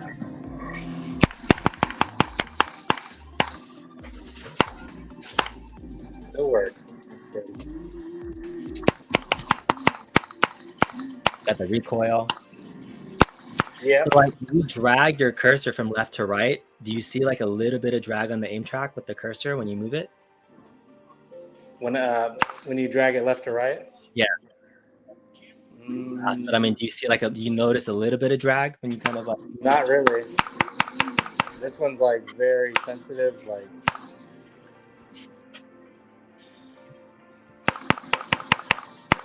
I'd say it's pretty accurate. Pretty close. It's definitely not the stock one. That thing was horrible. But this one I can go like all the way in here as far as my cord can take me. And that was the biggest thing is when I played 2-player. People like had a hard time standing to the side and shooting until I changed the light bar out. Yeah, I think the IR sensor will definitely help with that. And it's almost like I would say it's almost like a TV where you kind of don't notice the quality of a TV that's better unless you like see one side by side or kind of play it. Like if you played a Sin-Bin or used the gun for IR, you would notice the improvements of it. I think the aim track, like it's good, and like if you use a remote, it's good. But until you kind of test it, I've tested both, and I can kind of see. That's when you'll start to see the improvement. Is like on the Sin-Bin one. On the Sindens, Sindens and Gunfire, I would say technology-wise, are very similar in terms of the quality of the play. Because like when you move your cursor from left to right, it's almost instantaneous. Like there's naturally some drag on the aim track just because there's only 2 sensors there. That you're looking for, and then both Sinden with the border and the Gunfire just gives you that extra calibration point to be able to see it, and so you would notice it if you played it. So that's the only improvement. But if you're happy with it, I mean, you're happy with it. I mean, it's great. I think it's a good option for you have the light gun games, man. You don't have to wait for anybody to release a gun cabinet. You technically can play them all right there, man. That is true. Yeah, the gun games are good on here. It's funny because like the sound, I got the Logitech speaker, and I originally got this speaker for my Terminator 2 cabinet. I saw people putting it, in the cabinet, and I hooked it up and everything, but there was a huge buzzing sound. And I even had one of those like noise dampeners that did help a little bit, but you could always hear like a little buzzing sound. It drove me crazy. So I ended up just moving it to the ALP, and now it works over here with the light gun games. Your main setup, yeah. Yeah. Are you planning on getting the other gun cabinets if they do like a Time Crisis and everything too? Oh yeah, I mean I gotta get all of those. So like you're in it, you're a fan. Yeah. You just gotta get them. Yeah. But, so let me ask you about the cabinets that you purchased. Did you get most of them like right when they came out as they were coming out, or did you get like any bulk deals or buy them on sale? So a lot of the ones I did buy when they first came out, Killer Instinct Pro, I did get it right away because I was worried it was going to sell out, which obviously it didn't. But there were some cabinets that I almost got burned out on, which is funny because the Galaga 40th was out of stock for so long. Oh, really? And I finally got it, and I was all happy, and now it's back online in stock again. So it's like you never know when they're going to get back in stock for certain things. So NFL Blitz I got new because that was one of my most exciting games to get. And I'm kind of sad that about the late hits, but I'm not really, because I have it upstairs on my EverDrive with the late hits and the new 2022 roster, so I don't need to have the late hits in here, but it obviously would be fun to have them. But I got that one new. I mean, a lot of the newer ones I did get as they were newer or when they were on sale, but a lot of the ones that are in my garage, like the older cabinets, I had to get secondhand and drive all over the place. The Burger Time, I had to go to Florida to pick up. I don't even want to tell you guys how much I had to spend for that one. Oh my goodness. It was absolutely ridiculous. So if one of the limited edition ones, like a Supreme or a Chinatown Market, came on sale, would you be interested in those just to have the completion? Are you a completist? Oh yeah. I mean, I have them on my list to get. Yeah. But it's just one of those things where I don't need to get them. Yeah. If it's something that I have, I'm missing a game or something, then I definitely want to get it. Like, for example, the Buck Hunter World. I don't need it. I have Pro, but I would like to have it, obviously, because of the different artwork and stuff like that. So I'm actually going to pull up that list that I was talking about here in a second. Yeah. All right, while you do that, here it is, folks. A completed premium panel here for who's this for? This is Matthew Lampert here. So this is what you would be getting back, essentially. It's a completed control panel with all the Arubesh lighting there. We have an exit button on the top right here. Start select, start coin. Everything's nice and lit up. On the back end, this is all the wiring it takes to kind of get everything going with the LEDs. Nice and cleaned up. Got the power mounted into here. Got the cable for the USB, and then your 12-volt adapter there. So this is a completed board. Let's go ahead and test it out into the PC and get those things mapped up as well. All right, 2 down, 3 more to go. This is that collector list I was talking about. Oh yeah, let me see. All right, I'm gonna put you back at full screen. There's about 74 pages in this Word document. Okay. And basically I list the actual title in alphabetical order, and I show each game that's in there with a picture as well. So when you scroll down, you'll basically just see every single Arcade1Up cabinet that they've released. Did you make this yourself? I did. Yeah, I had to get all the pictures and all the games list and everything. And I did add the deluxe ones. This is available in my drive. It's a shareable thing. So as I update it, it updates everybody. So, but if anybody was looking, because a lot of times these cabinets, I was having issues finding this info out because Arcade1Up doesn't keep a historical listing of all their products. The only place that you can see a list of the names of the titles is in their support page when you do a ticket. But you can't really see the name of the games list if it's not on their website. You have to look up like historical, things to see. So, and I got a little checkbox here in case you want to like check it off, So yeah, there's 74 pages. I just started to add like some of the head-to-head cabinets too. And some of the special variants. So for example, if like Frogger right here, you'll have the regular Frogger, the special edition Frogger. The Star Wars one actually has, or NBA Jam, you got the Costco version on the right, and then the regular version. We have all the different ones. I tried to get all the different variants so people knew what they were getting. There's the new deluxe cabinet. I even have the Miss Pac-Man one on here. I feel weird about deleting it because I don't know if they're actually going to release it later. Talking about it. I mean, that's a nice like reference page. I wonder if you can make it more like checklisty. So like at least there's like a one where you can just do the check boxes. Yeah.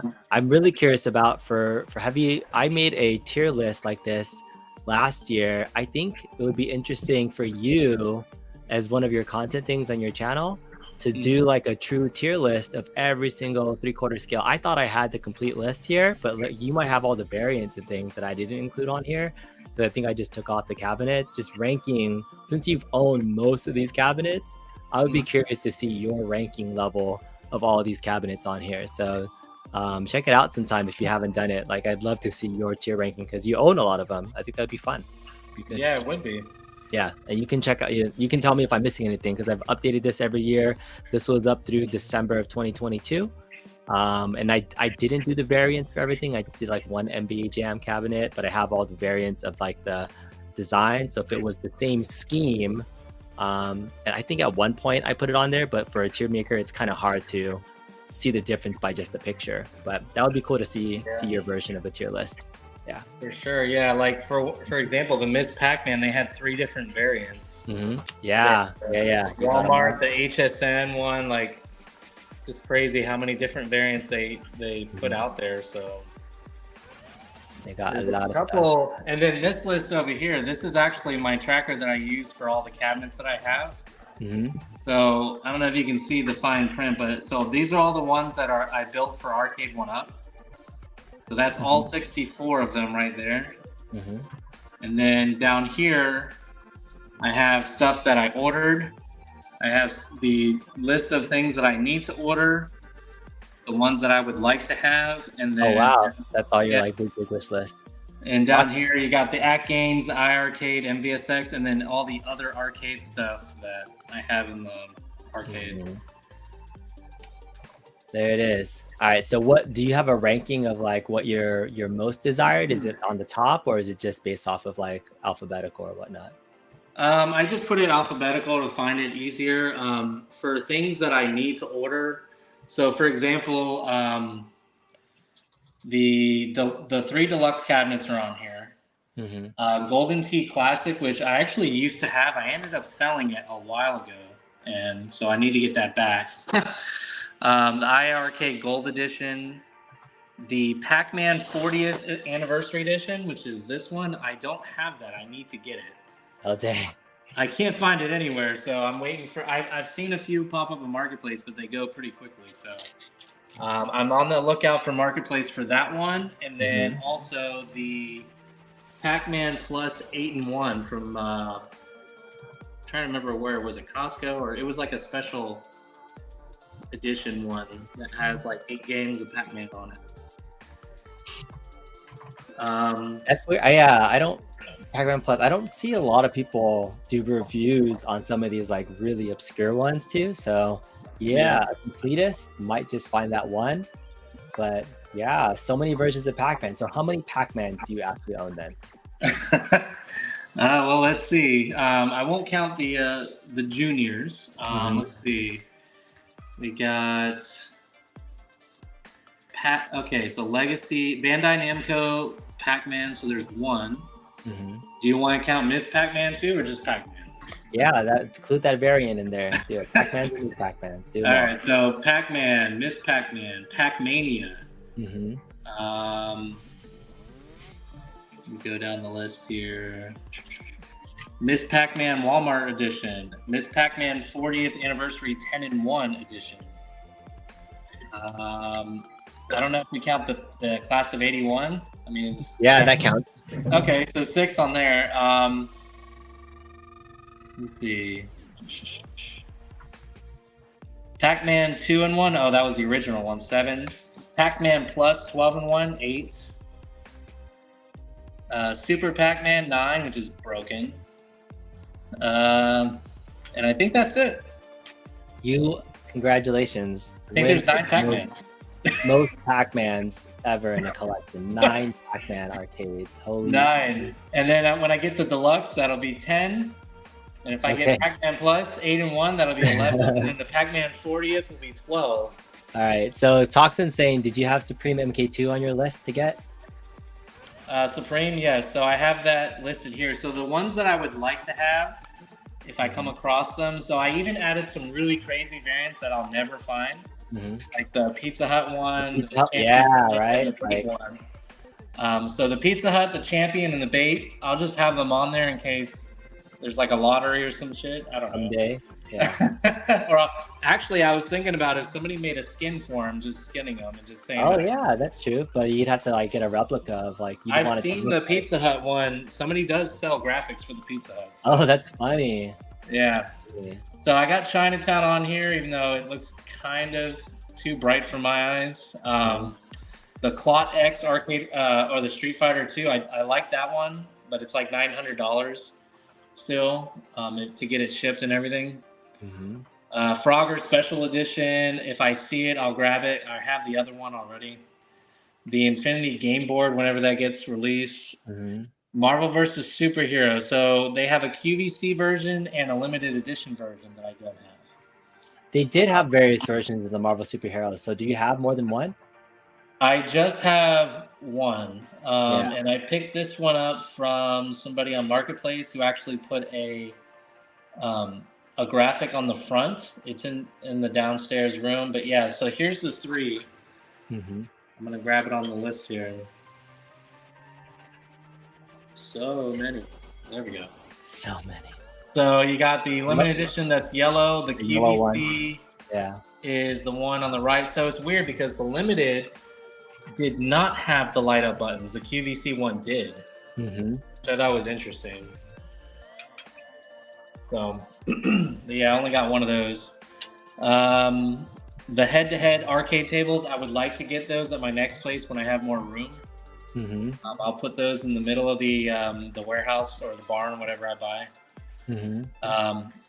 Mortal Kombat Costco version. I think that just has a different riser, really. Yeah, that was that one. What else? Miss Pac-Man. Hold on. Oh, that's right. So the Miss Pac-Man, I have one variant. It's the Walmart one. So I don't have the other 2. NBA Jam. Yeah, you don't like the short, like what they call it, the budget versions, right? With no risers. No, I have risers for everything. You do? Oh, I'm just saying, like, but do you get those variants too, or no? You just skip those. So like the whatchamacallit, the Yoga Flame cabinet, right? They have the moon one, but they also made a Walmart version that has like no riser and no light up marquee too. But you're not getting those variants, right? No, I won't even acknowledge that one. The only time that that I'll acknowledge something like that is if there's artwork on the riser. Okay, I see. Yeah. I do like this does not include any of the peasant versions of the cat. The peasant variants don't count. Yeah. Peasant variants do not count. $300. I mean, there's a lot of versions of Miss Pac-Man that were like, peasant versions. Yeah, those are all the way at the bottom of my to-do list. So yeah. NBA. I already got that one. Outrun seat version. Hackman 40th. So I put that in there because I want to get the special edition of that one. Yeah. The Pong. Oh yeah, that's head-to-head. The Street Fighter 2 Walmart version has the different riser at the bottom. I might get graphics for that. All right, Toxin's asking about the Cole Special Edition Pong. Did you get that one? I didn't even know that existed. Which one is it? The pub table or the head-to-head? I don't know. Maybe there's a head-to-head. Yeah, there was a head-to-head, but yeah, he says Cole Special Edition Pong. I didn't even know there was a special edition one for that. Is that one that had like the stool or something? Because I remember seeing a stool of Pong. I didn't realize. Let us know, Toxin. He also says, did you get the 7-Eleven Pac-Man? Oh, there is a 7-Eleven Pac-Man, isn't there? Yeah, that just got. I didn't even add that to my list here.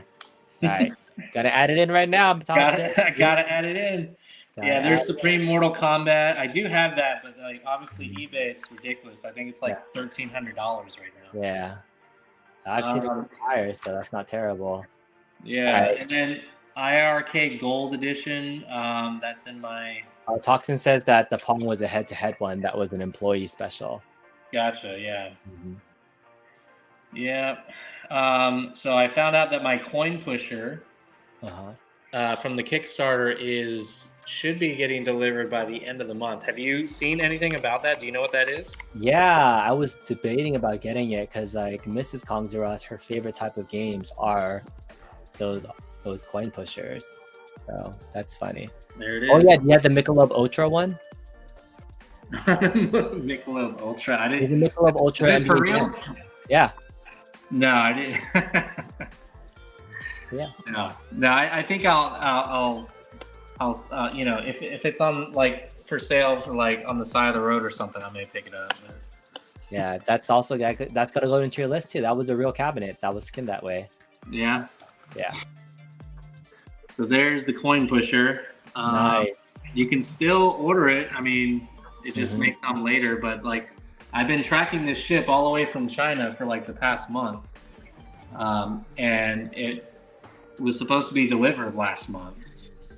So, but it's going to be pretty awesome. I ordered extra coins to like create stuff in there. I just got to figure out what I'm going to mount it on because it's hard finding things. I've been trying to find things to like mount pachinko machines and stuff. And there's a couple of pachinkos that I've been eyeing on eBay. I don't know if you have any that you were looking up.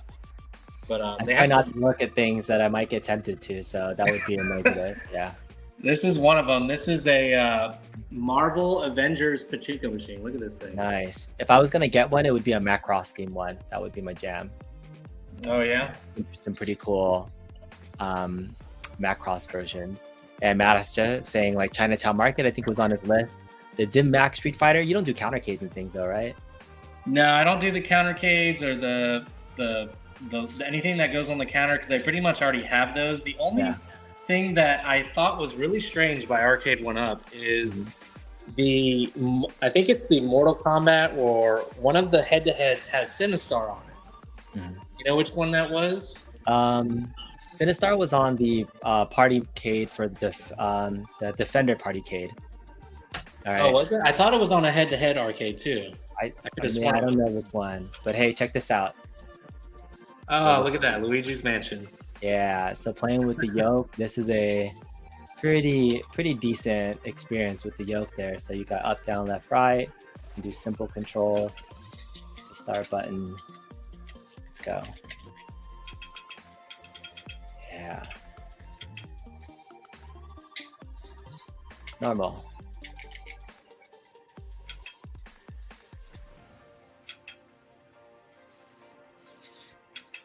All right, now loading. Go.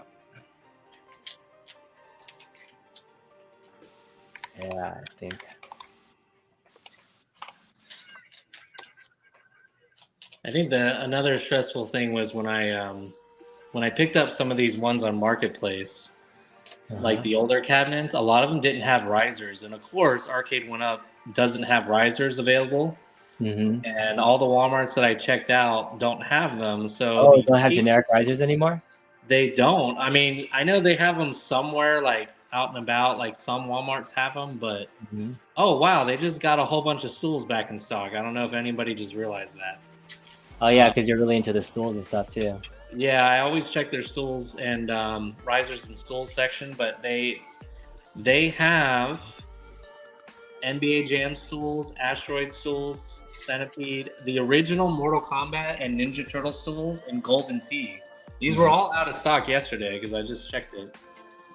So if anybody's needing any stools, that's the place to go get them.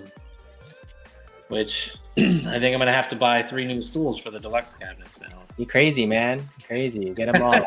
Right. So the cheapest Arcade1Up riser that you can buy anywhere, which I think are out of stock now, it was $130 on eBay. Wait, for a generic one? For a generic riser, yes. No way. That's crazy. You, I think it's out of stock now, so I don't think you can find. Like most of them are 150 and up. But it's so crazy, and they said they're coming out with risers again. But I mean, all right. So Michael B, the Game Genie, was saying Sinistar was also on the Midway head-to-head. That's the one. That's the one. Okay, yeah. So I do want to get that because I mean I like Sinistar. And what was the Midway head-to-head? Was that a Mortal Kombat skin? It was the Mortal Kombat one, yeah. Okay, it's a Mortal Kombat skin with Gorf on it. So I think I actually added that to my list here because of that. If I can find it. Oh wait, no, this is the Marvel one. I do need to add some more of the head-to-heads. But yeah, the Sinistar, which it's weird that they release certain games on these head-to-heads or other ones and not on full-size cabinets. I don't understand that. Because obviously they could, they just don't. Here's a riser available, $105 plus $60 shipping. That's insane. That is nuts. So if anybody's got a stock of risers, I mean, you guys can make bank. I mean, you can buy really nice lighted ones for cheaper now. Yeah, for sure. All right, I finished my second one. This was for Matthew. Oh, you're right, Gorf. That was another one that was on there. Is that on your but you don't have many of the head-to-heads though, like cocktail tables. I saw you just have the Pong Pub table, right? No, I do plan on getting the head-to-heads. Like they usually have sales around Christmas time for those. Last year they had really good sales on these. I almost bought all of them because they were all like $300 a piece or something. It just takes so much space though, right? I mean, that's why I didn't get them because I had absolutely no place to put them. Without sacrificing a lot of the other arcade things that I wanted to put in the garage because I was going to put it in the garage. And I'm like, oh crap, I'm not going to have room for my, air hockey or my shuffleboard and all this other stuff. So I just had to do. Yeah, I think it's hard to get like a lot of them. You kind of have to like almost pick and choose like which ones you really, really want. Yeah, and the one that I really wanted actually was the Miss Pac-Man, I think, too, because it had the light up deck, and now that one's out of stock everywhere unless you want to pay $800 at Home Depot. Or says that he found a few risers on Cargo Largo. Largo. Yeah, they were giving them out last year during the Red Cross sale. They had a bunch in their warehouse, but I don't know if they have the avenues to get them out. So they've never been for sale on Arcade1Up website, but yeah. Well, I got you guys on here too. So this is the rug that I got from Rug Jungle. So Rug Jungle is an official Joy Carpets reseller. Joy Carpets is the go-to company to get any carpet or rugs that are fluorescent. If you Joy Carpets, you can find all of them on there. You can just buy the carpet if you want to do your entire floor. But I ended up just getting the rugs because I just didn't want to deal with carpet insulation over here. But for example, this Kapow fluorescent, depending on how big of a size, I mean, they got a 12 by 18 you can buy on here. So depending on the size of your room, on how many you need. I mean, they're like $188 for a 6x6, and it goes all the way up to $700 if you need the 12x18. So it just depends. But I really like these rugs that they sell. This is the same place that makes them for like movie theaters and bowling alleys and stuff. Nice. I'm gonna jump back downstairs. Hoxton has a 40th Miss Pac-Man with the head-to-head lights. So yeah, if you got head-to-heads, was that for your new place or for your current place? That's going to the new place. Yeah.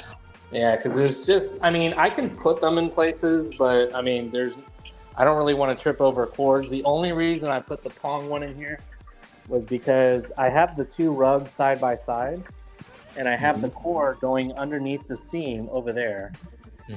So that way nobody's like tripping on it. But if I had the head-to-heads, I mean, if they were like cordless, then I'd probably do them. But I just don't want cords all over the place, and there's just honestly, it would just clutter up the place too much. Because I originally had a foosball table in here, but it was like people were walking right in the middle. Yeah. And I ended up just putting it out in the garage with all the other stuff. So. Yeah, having like the wide like space to be able to put everything is definitely a better kind of setup in my opinion. Yeah. You're gonna do like one room eventually? Is that what the whole plan is? I just want one big room.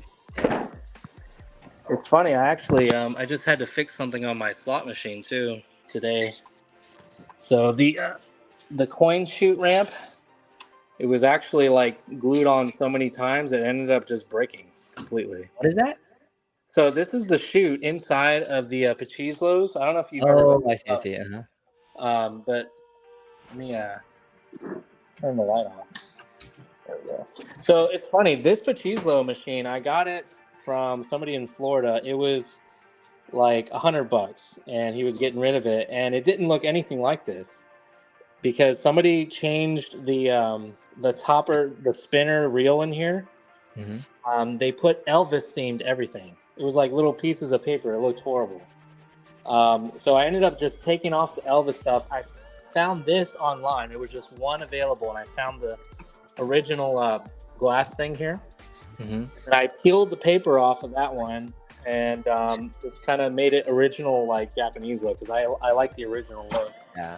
So it's like a Pachizlo is like Apache slot, right? So it is kind of slots. It is Apache slot, yeah. So when you open it up, I mean, I did buy a few things. So I bought the coin collector down here. This gets the excess coins that fall down.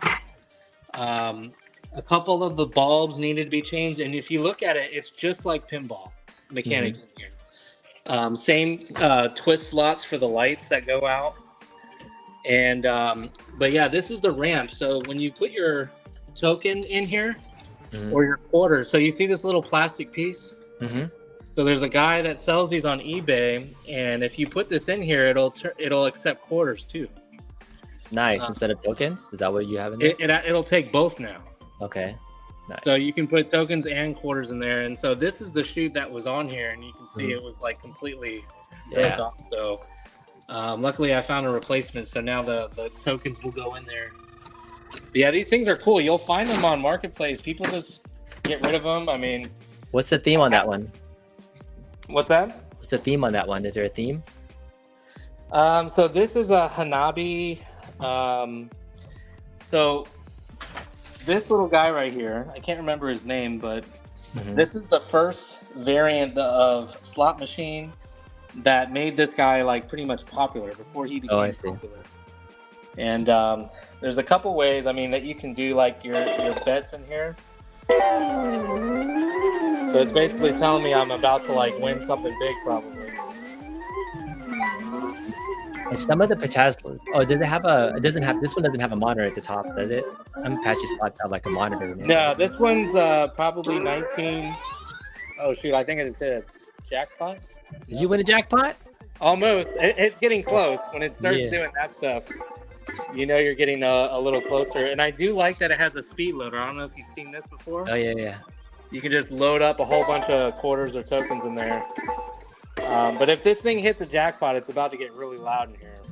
because this thing will start yelling at you and spitting tokens out everywhere. All right, so since you're into slot machines, like, what do you think about the Casino Cade? Is that something you would add to your collection if it came out?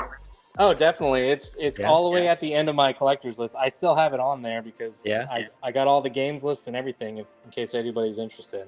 Would you do the wall cade versions of those, the party cades, or would you just do the big stand-up one? I'll just get the stand-up one probably. Yeah. Well, Foxton says the character is Hammering Harry. What's that? Didn't know that. Yeah. Oh, Hammering Harry. Okay, yeah. That makes sense. There's another here. I used to have more slot machines and pachinkos, but I ended up selling them all. I just didn't really have the space because the pachinko machines, unfortunately, it's not housed in like a case like this. Mm-hmm. The pachinkos are wall mounted originally.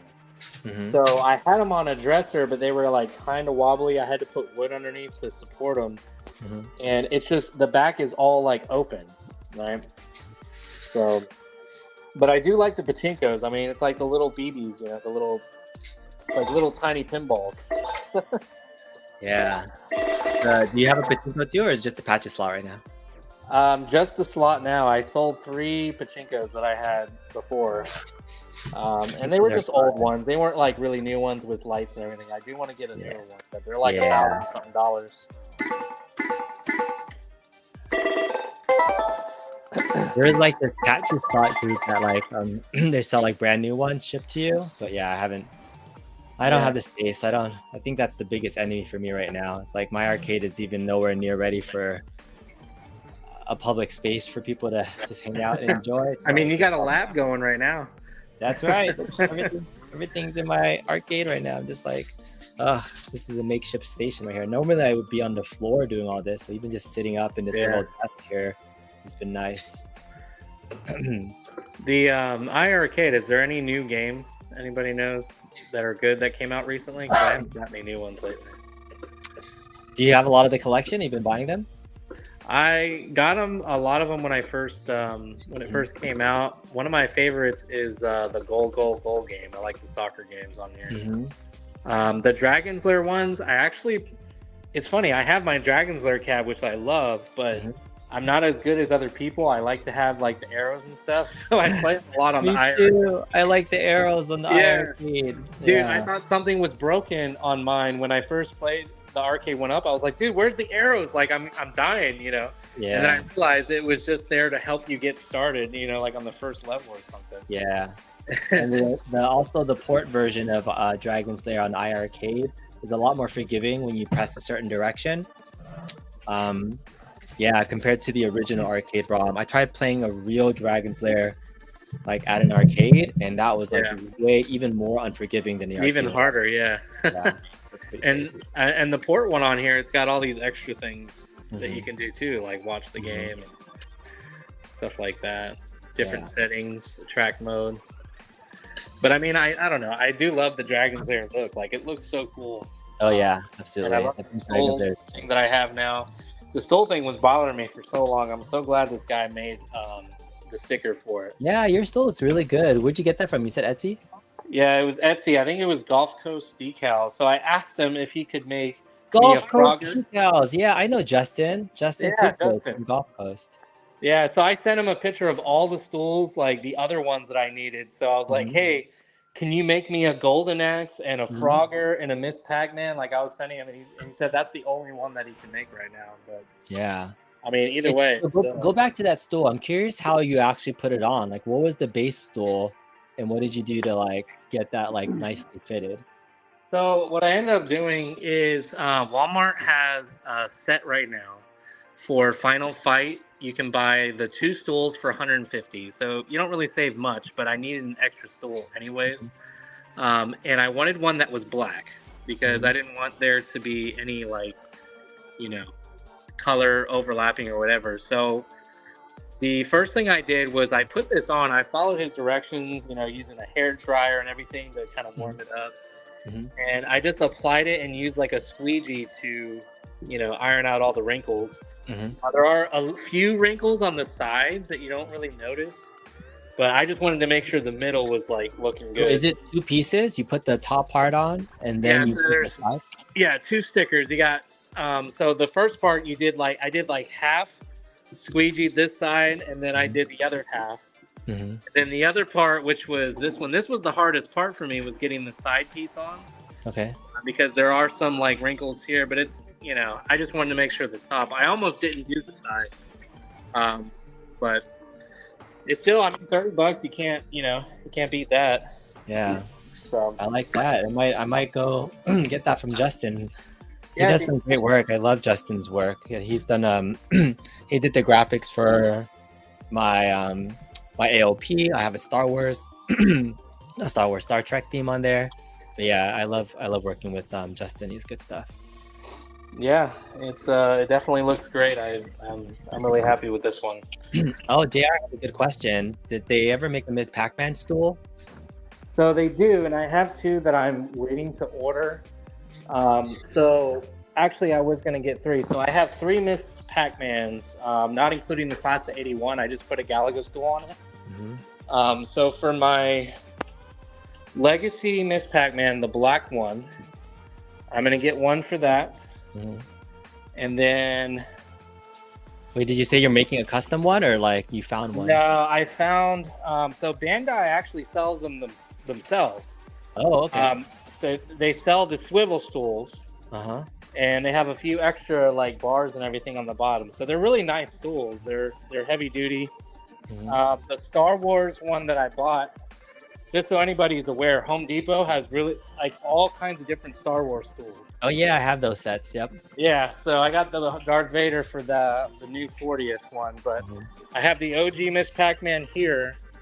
And then what I ended up doing for the 40th anniversary Ms. Pac-Man is I just put a 40th anniversary Pac-Man stool because it matches the wood grain. Oh yeah, that looks nice. I mean, it's either that or get a pink or a black Ms. Pac-Man stool that's swivel. So I just put this one here because it was on sale at Walmart. And the Ms. Pac-Man stool, they have a pinker version and then a darker version that you can buy with like the maze and everything. Mm-hmm. But they're each about $115 plus shipping, so it's not cheap. Mm-hmm.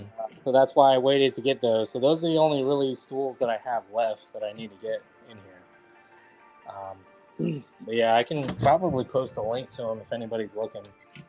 So actually, there is a Ms. Pac-Man 40th anniversary stool that Arcade1Up sent to a bunch of like resellers. Mm-hmm. They never actually released it, and I have a picture of it somewhere. Hey, what? Yeah, so I found it, and if you look it up, it's a legit stock number and everything. Mm-hmm.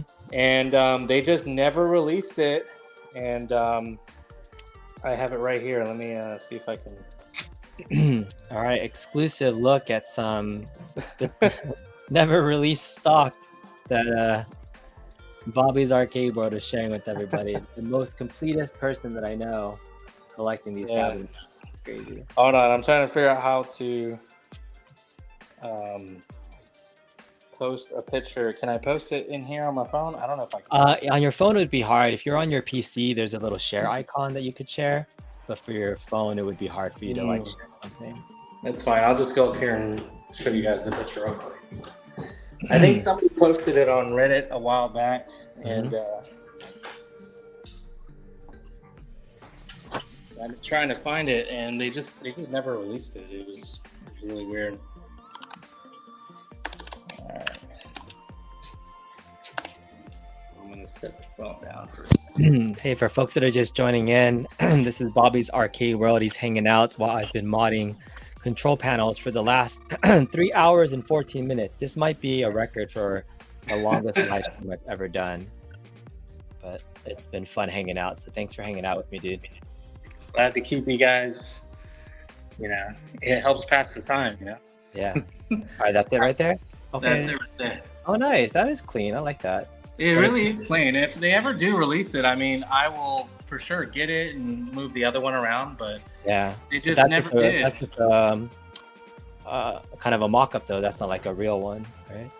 No, like this is So the stock number, there's an actual UPC for it right there. Oh, dang. Okay. It said available date was October of 2021. So they just kind of never, something happened around that time. They just never released it. I don't know. Would you say you also have then every Arcade1Up stool that's ever been made then? For the ones that I have, I think so. I mean, for the cabs that I don't have yet, so I do have a Golden Tee Classic still, because I ended up getting the 3D stool. So I have the Golden Tee Classic available for when I do buy that again. I didn't, obviously don't get stools for the pinballs or the shooters, but the only one that I can say that I don't have, let me see if I'm missing any. So Chinatown, I think they have their own stool. The Clot X has its own that's bundled with it. The Frogger stool is only with the special edition. Oh, okay. And I'm telling you, I tried so hard to make that Frogger that I have a special edition myself. I actually took the light bar from one of my extras. You remember the Big Blue that they kept sending me all the parts for? Yeah. I took the light bar off of it to try and put it on the Frogger to make it green.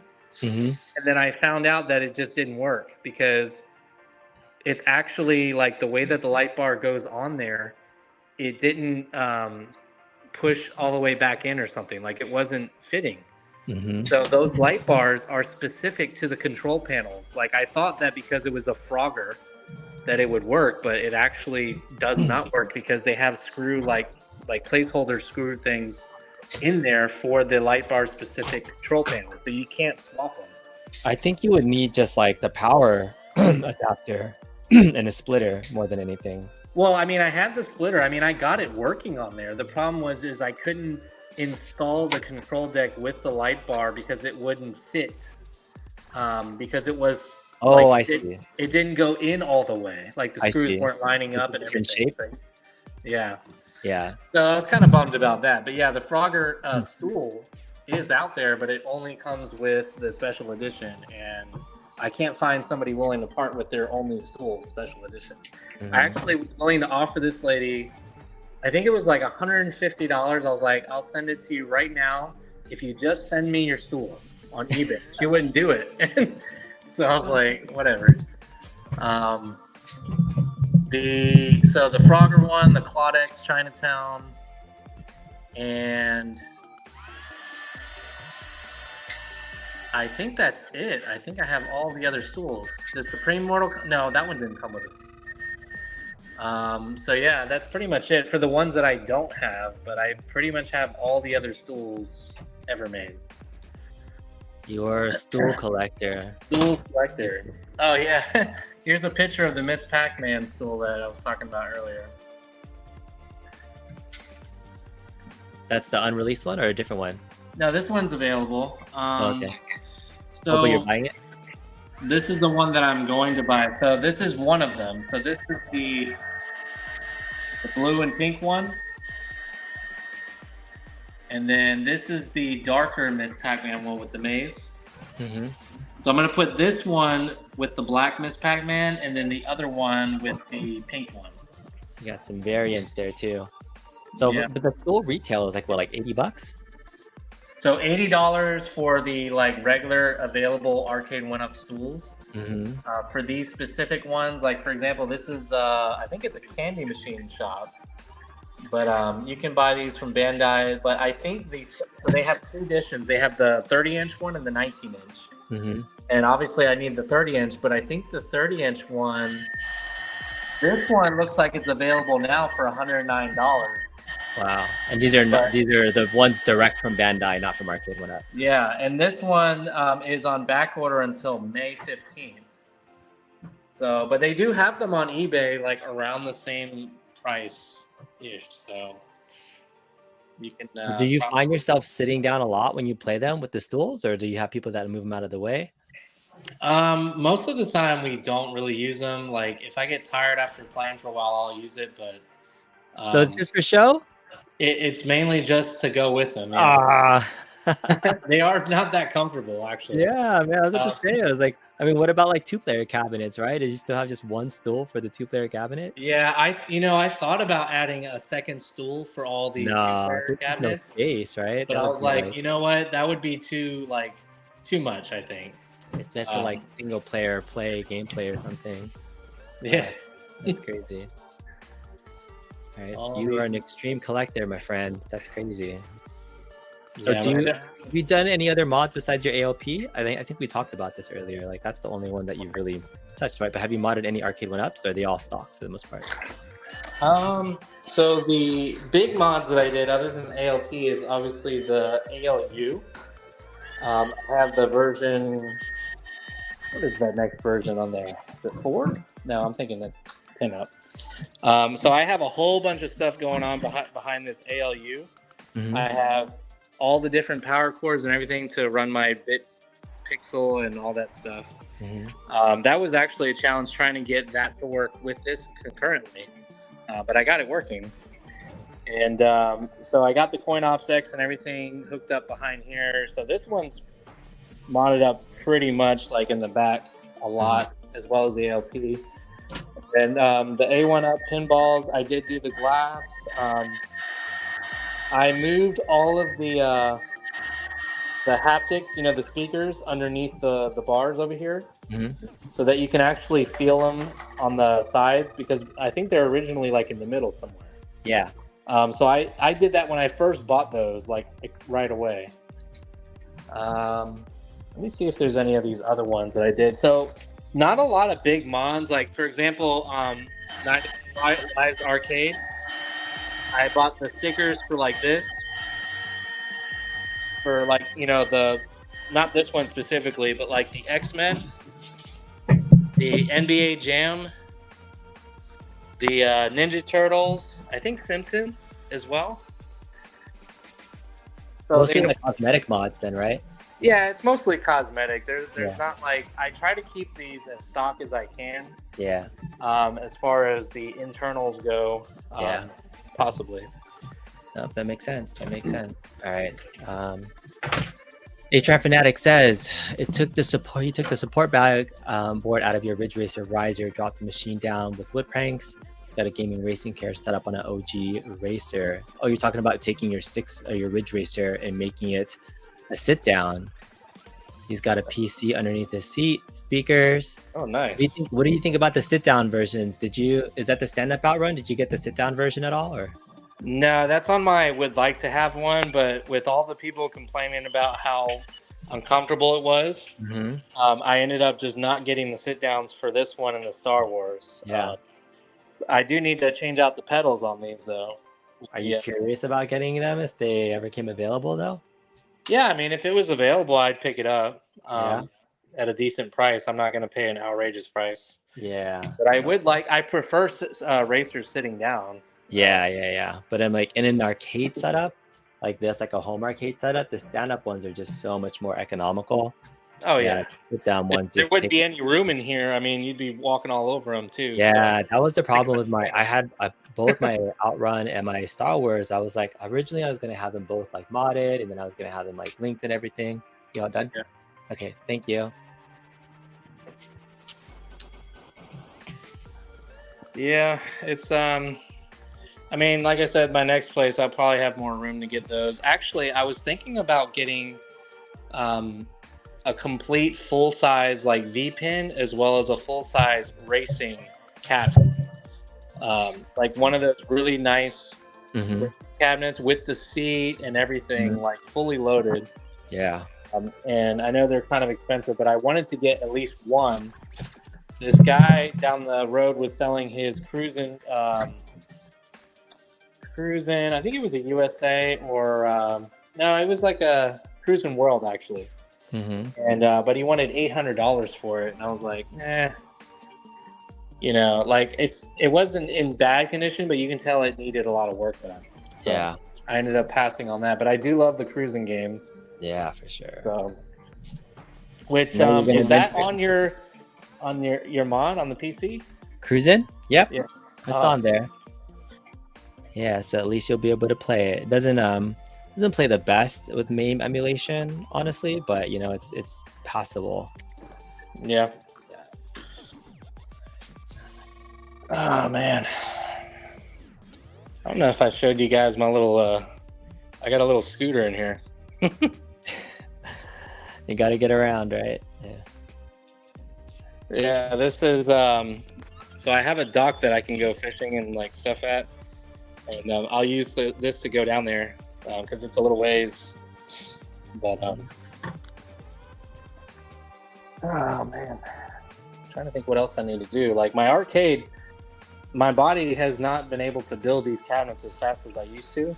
So I used to be able to knock out like 2-3 cabinets a day, no problem. And now it's like I have to schedule time on my calendar for myself to make sure that my back is ready to like build another one, because I had so many that I bought in like a run that they were just stacked in the garage. And I just, you know, it took months to get through them, to just build them. And I'm just like, man, I'm so exhausted. I mean, I built all of these pretty much by scratch myself. I didn't have anybody help. So yeah, that's you know, most people are just like, you know, maybe one every once in a blue moon, but for you, yeah, man, that's. Well, I can finally say that I'm officially like out of boxes, like arcades to build. This is the first time in probably ever that I've had not a surplus of arcades, because I actually stopped buying a little while ago. So, but now that the deluxe cabs came out, I'm like, oh, come on, you know. So yeah, you're close. You're almost there to just being almost there. Is it ever going to be a time where you're just going to be like, yep, that's it, I'm done? Like, is the collection's complete? I mean, I don't know. They're always going to release new cabs. I mean, we saw the silhouettes that either it's the Fast and Furious only, or the 4 cabinets like Robotron and you know, all these other ones that everybody was talking about. Like, it's, you know, it could be either or, honestly. But yeah, I just think it's a tease that they would put 4 different silhouettes on there, not just one that's different angles. You know? Yeah. As far as like what it's been released, from what we know, it's just throwing you off the fence, right? I would really like and hope that it is somewhat of a future roadmap, right? I think that would be cool, that it's, you know, like they just show you one now, and then that way you know there's 3 more coming, you know, later. That would be pretty cool. But I swear, if it's Fast and the Furious and they just have it in different angles, I'm just gonna be like, wow, you know. But I mean, they do just say product release, so it's weird that it's not like products or, you know, different cabinets. There's no plural in there, so I don't know. Yeah. All right. Arcade1Up layoffs are due to you, man. You just put them out of business.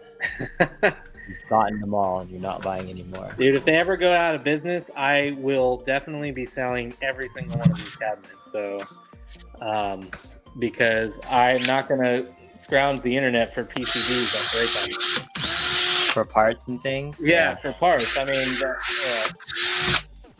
I'll sell all of them, and then I'll just buy a bunch of pinballs and call it a day. I do want to get a 60-in-1 cab, though. I've got a guy that makes a few of those nearby, and I'd like to pick one up, because the 19-in-1's nice. It's got, like, you know, a bunch of Mario games and stuff on it, but I haven't really tested one out, but I hear the emulation isn't great on those, but they are pretty standard. Like, you see them in a lot of multi-phase. Yeah.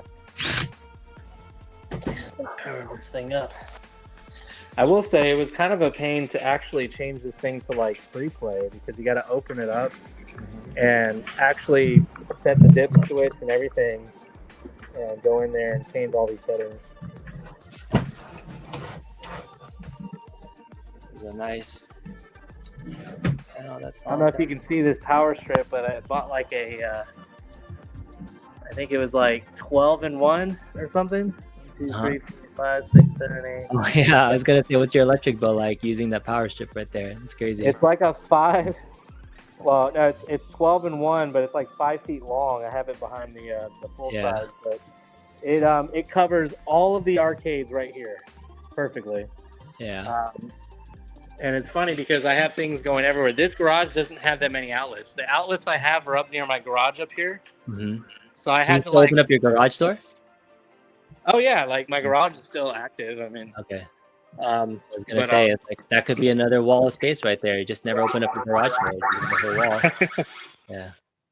Hawkins says he thinks Fast and Furious is a 2-cab game. H-Man Fanatic, yeah, check out his YouTube channel if you want to see some mods. He's doing his own racing cabinet. So I'm always happy to support folks that are doing mods and things. So check that out. Hey, I need to grab a PC.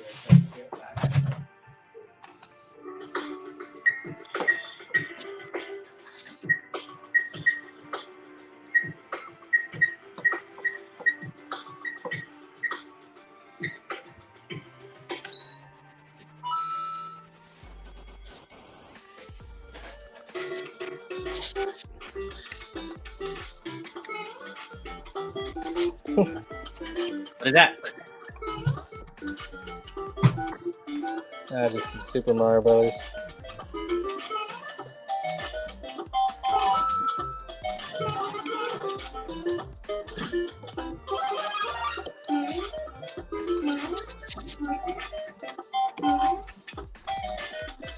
Let's see. So another thing about these cabinets is I'm so used to being able to like go back to the original screen with the holding down the 1/3 button. You can't do that on these old ones. You just kind of have to die out.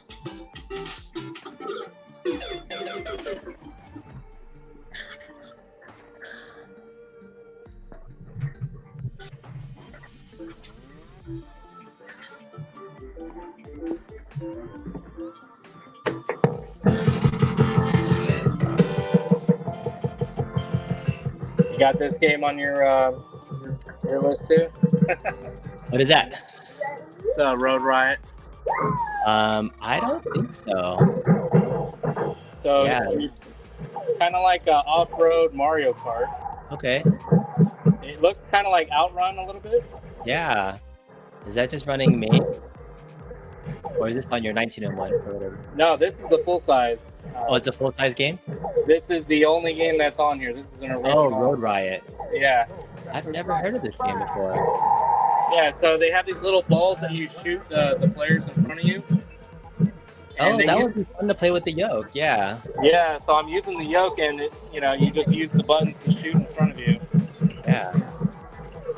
I didn't know that game existed, man. I might have to update my playlist at a future day in time and look at it. Yeah, I didn't hear about it. I picked this one up for a couple $100.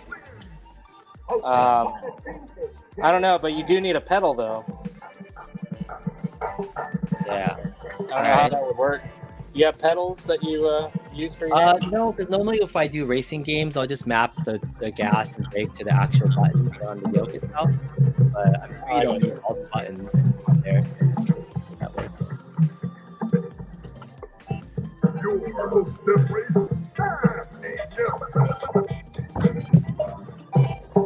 And what's cool is they actually used to link up these so you could play like against somebody else. They had a kit that you can attach to play multiplayer with somebody.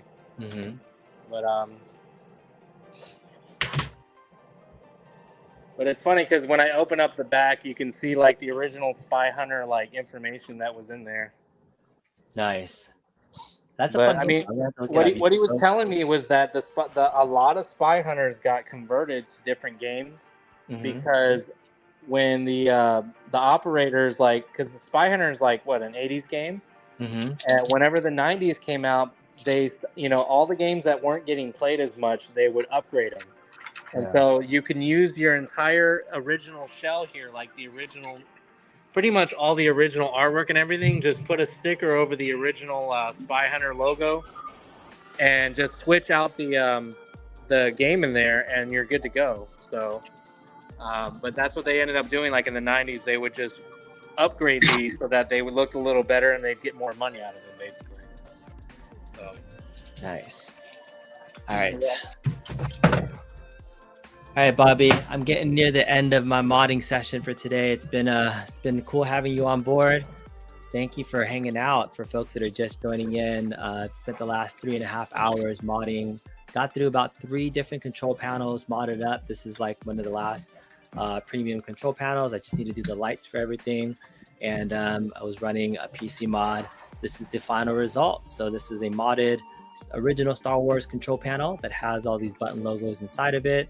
And you have your start and coin right there. So that's going to be your exit button right here. This is going to plug into a PC. I just tested it out and it's working pretty cleanly. So I'm going to get this wired up, lit up, get something to eat. But thank you all for joining. I won't be doing a live show later tonight. Bobby from Bobby's Arcade World hung out for the last hour and a half or so, showing off his amazing arcade. Check him out. Bobby, is a pleasure, man. Thanks for coming on. Yeah, thanks for having me again. All right, sounds good. Talk to you guys, everybody. Have a great rest of your day, man. Take care. Bye. Bye.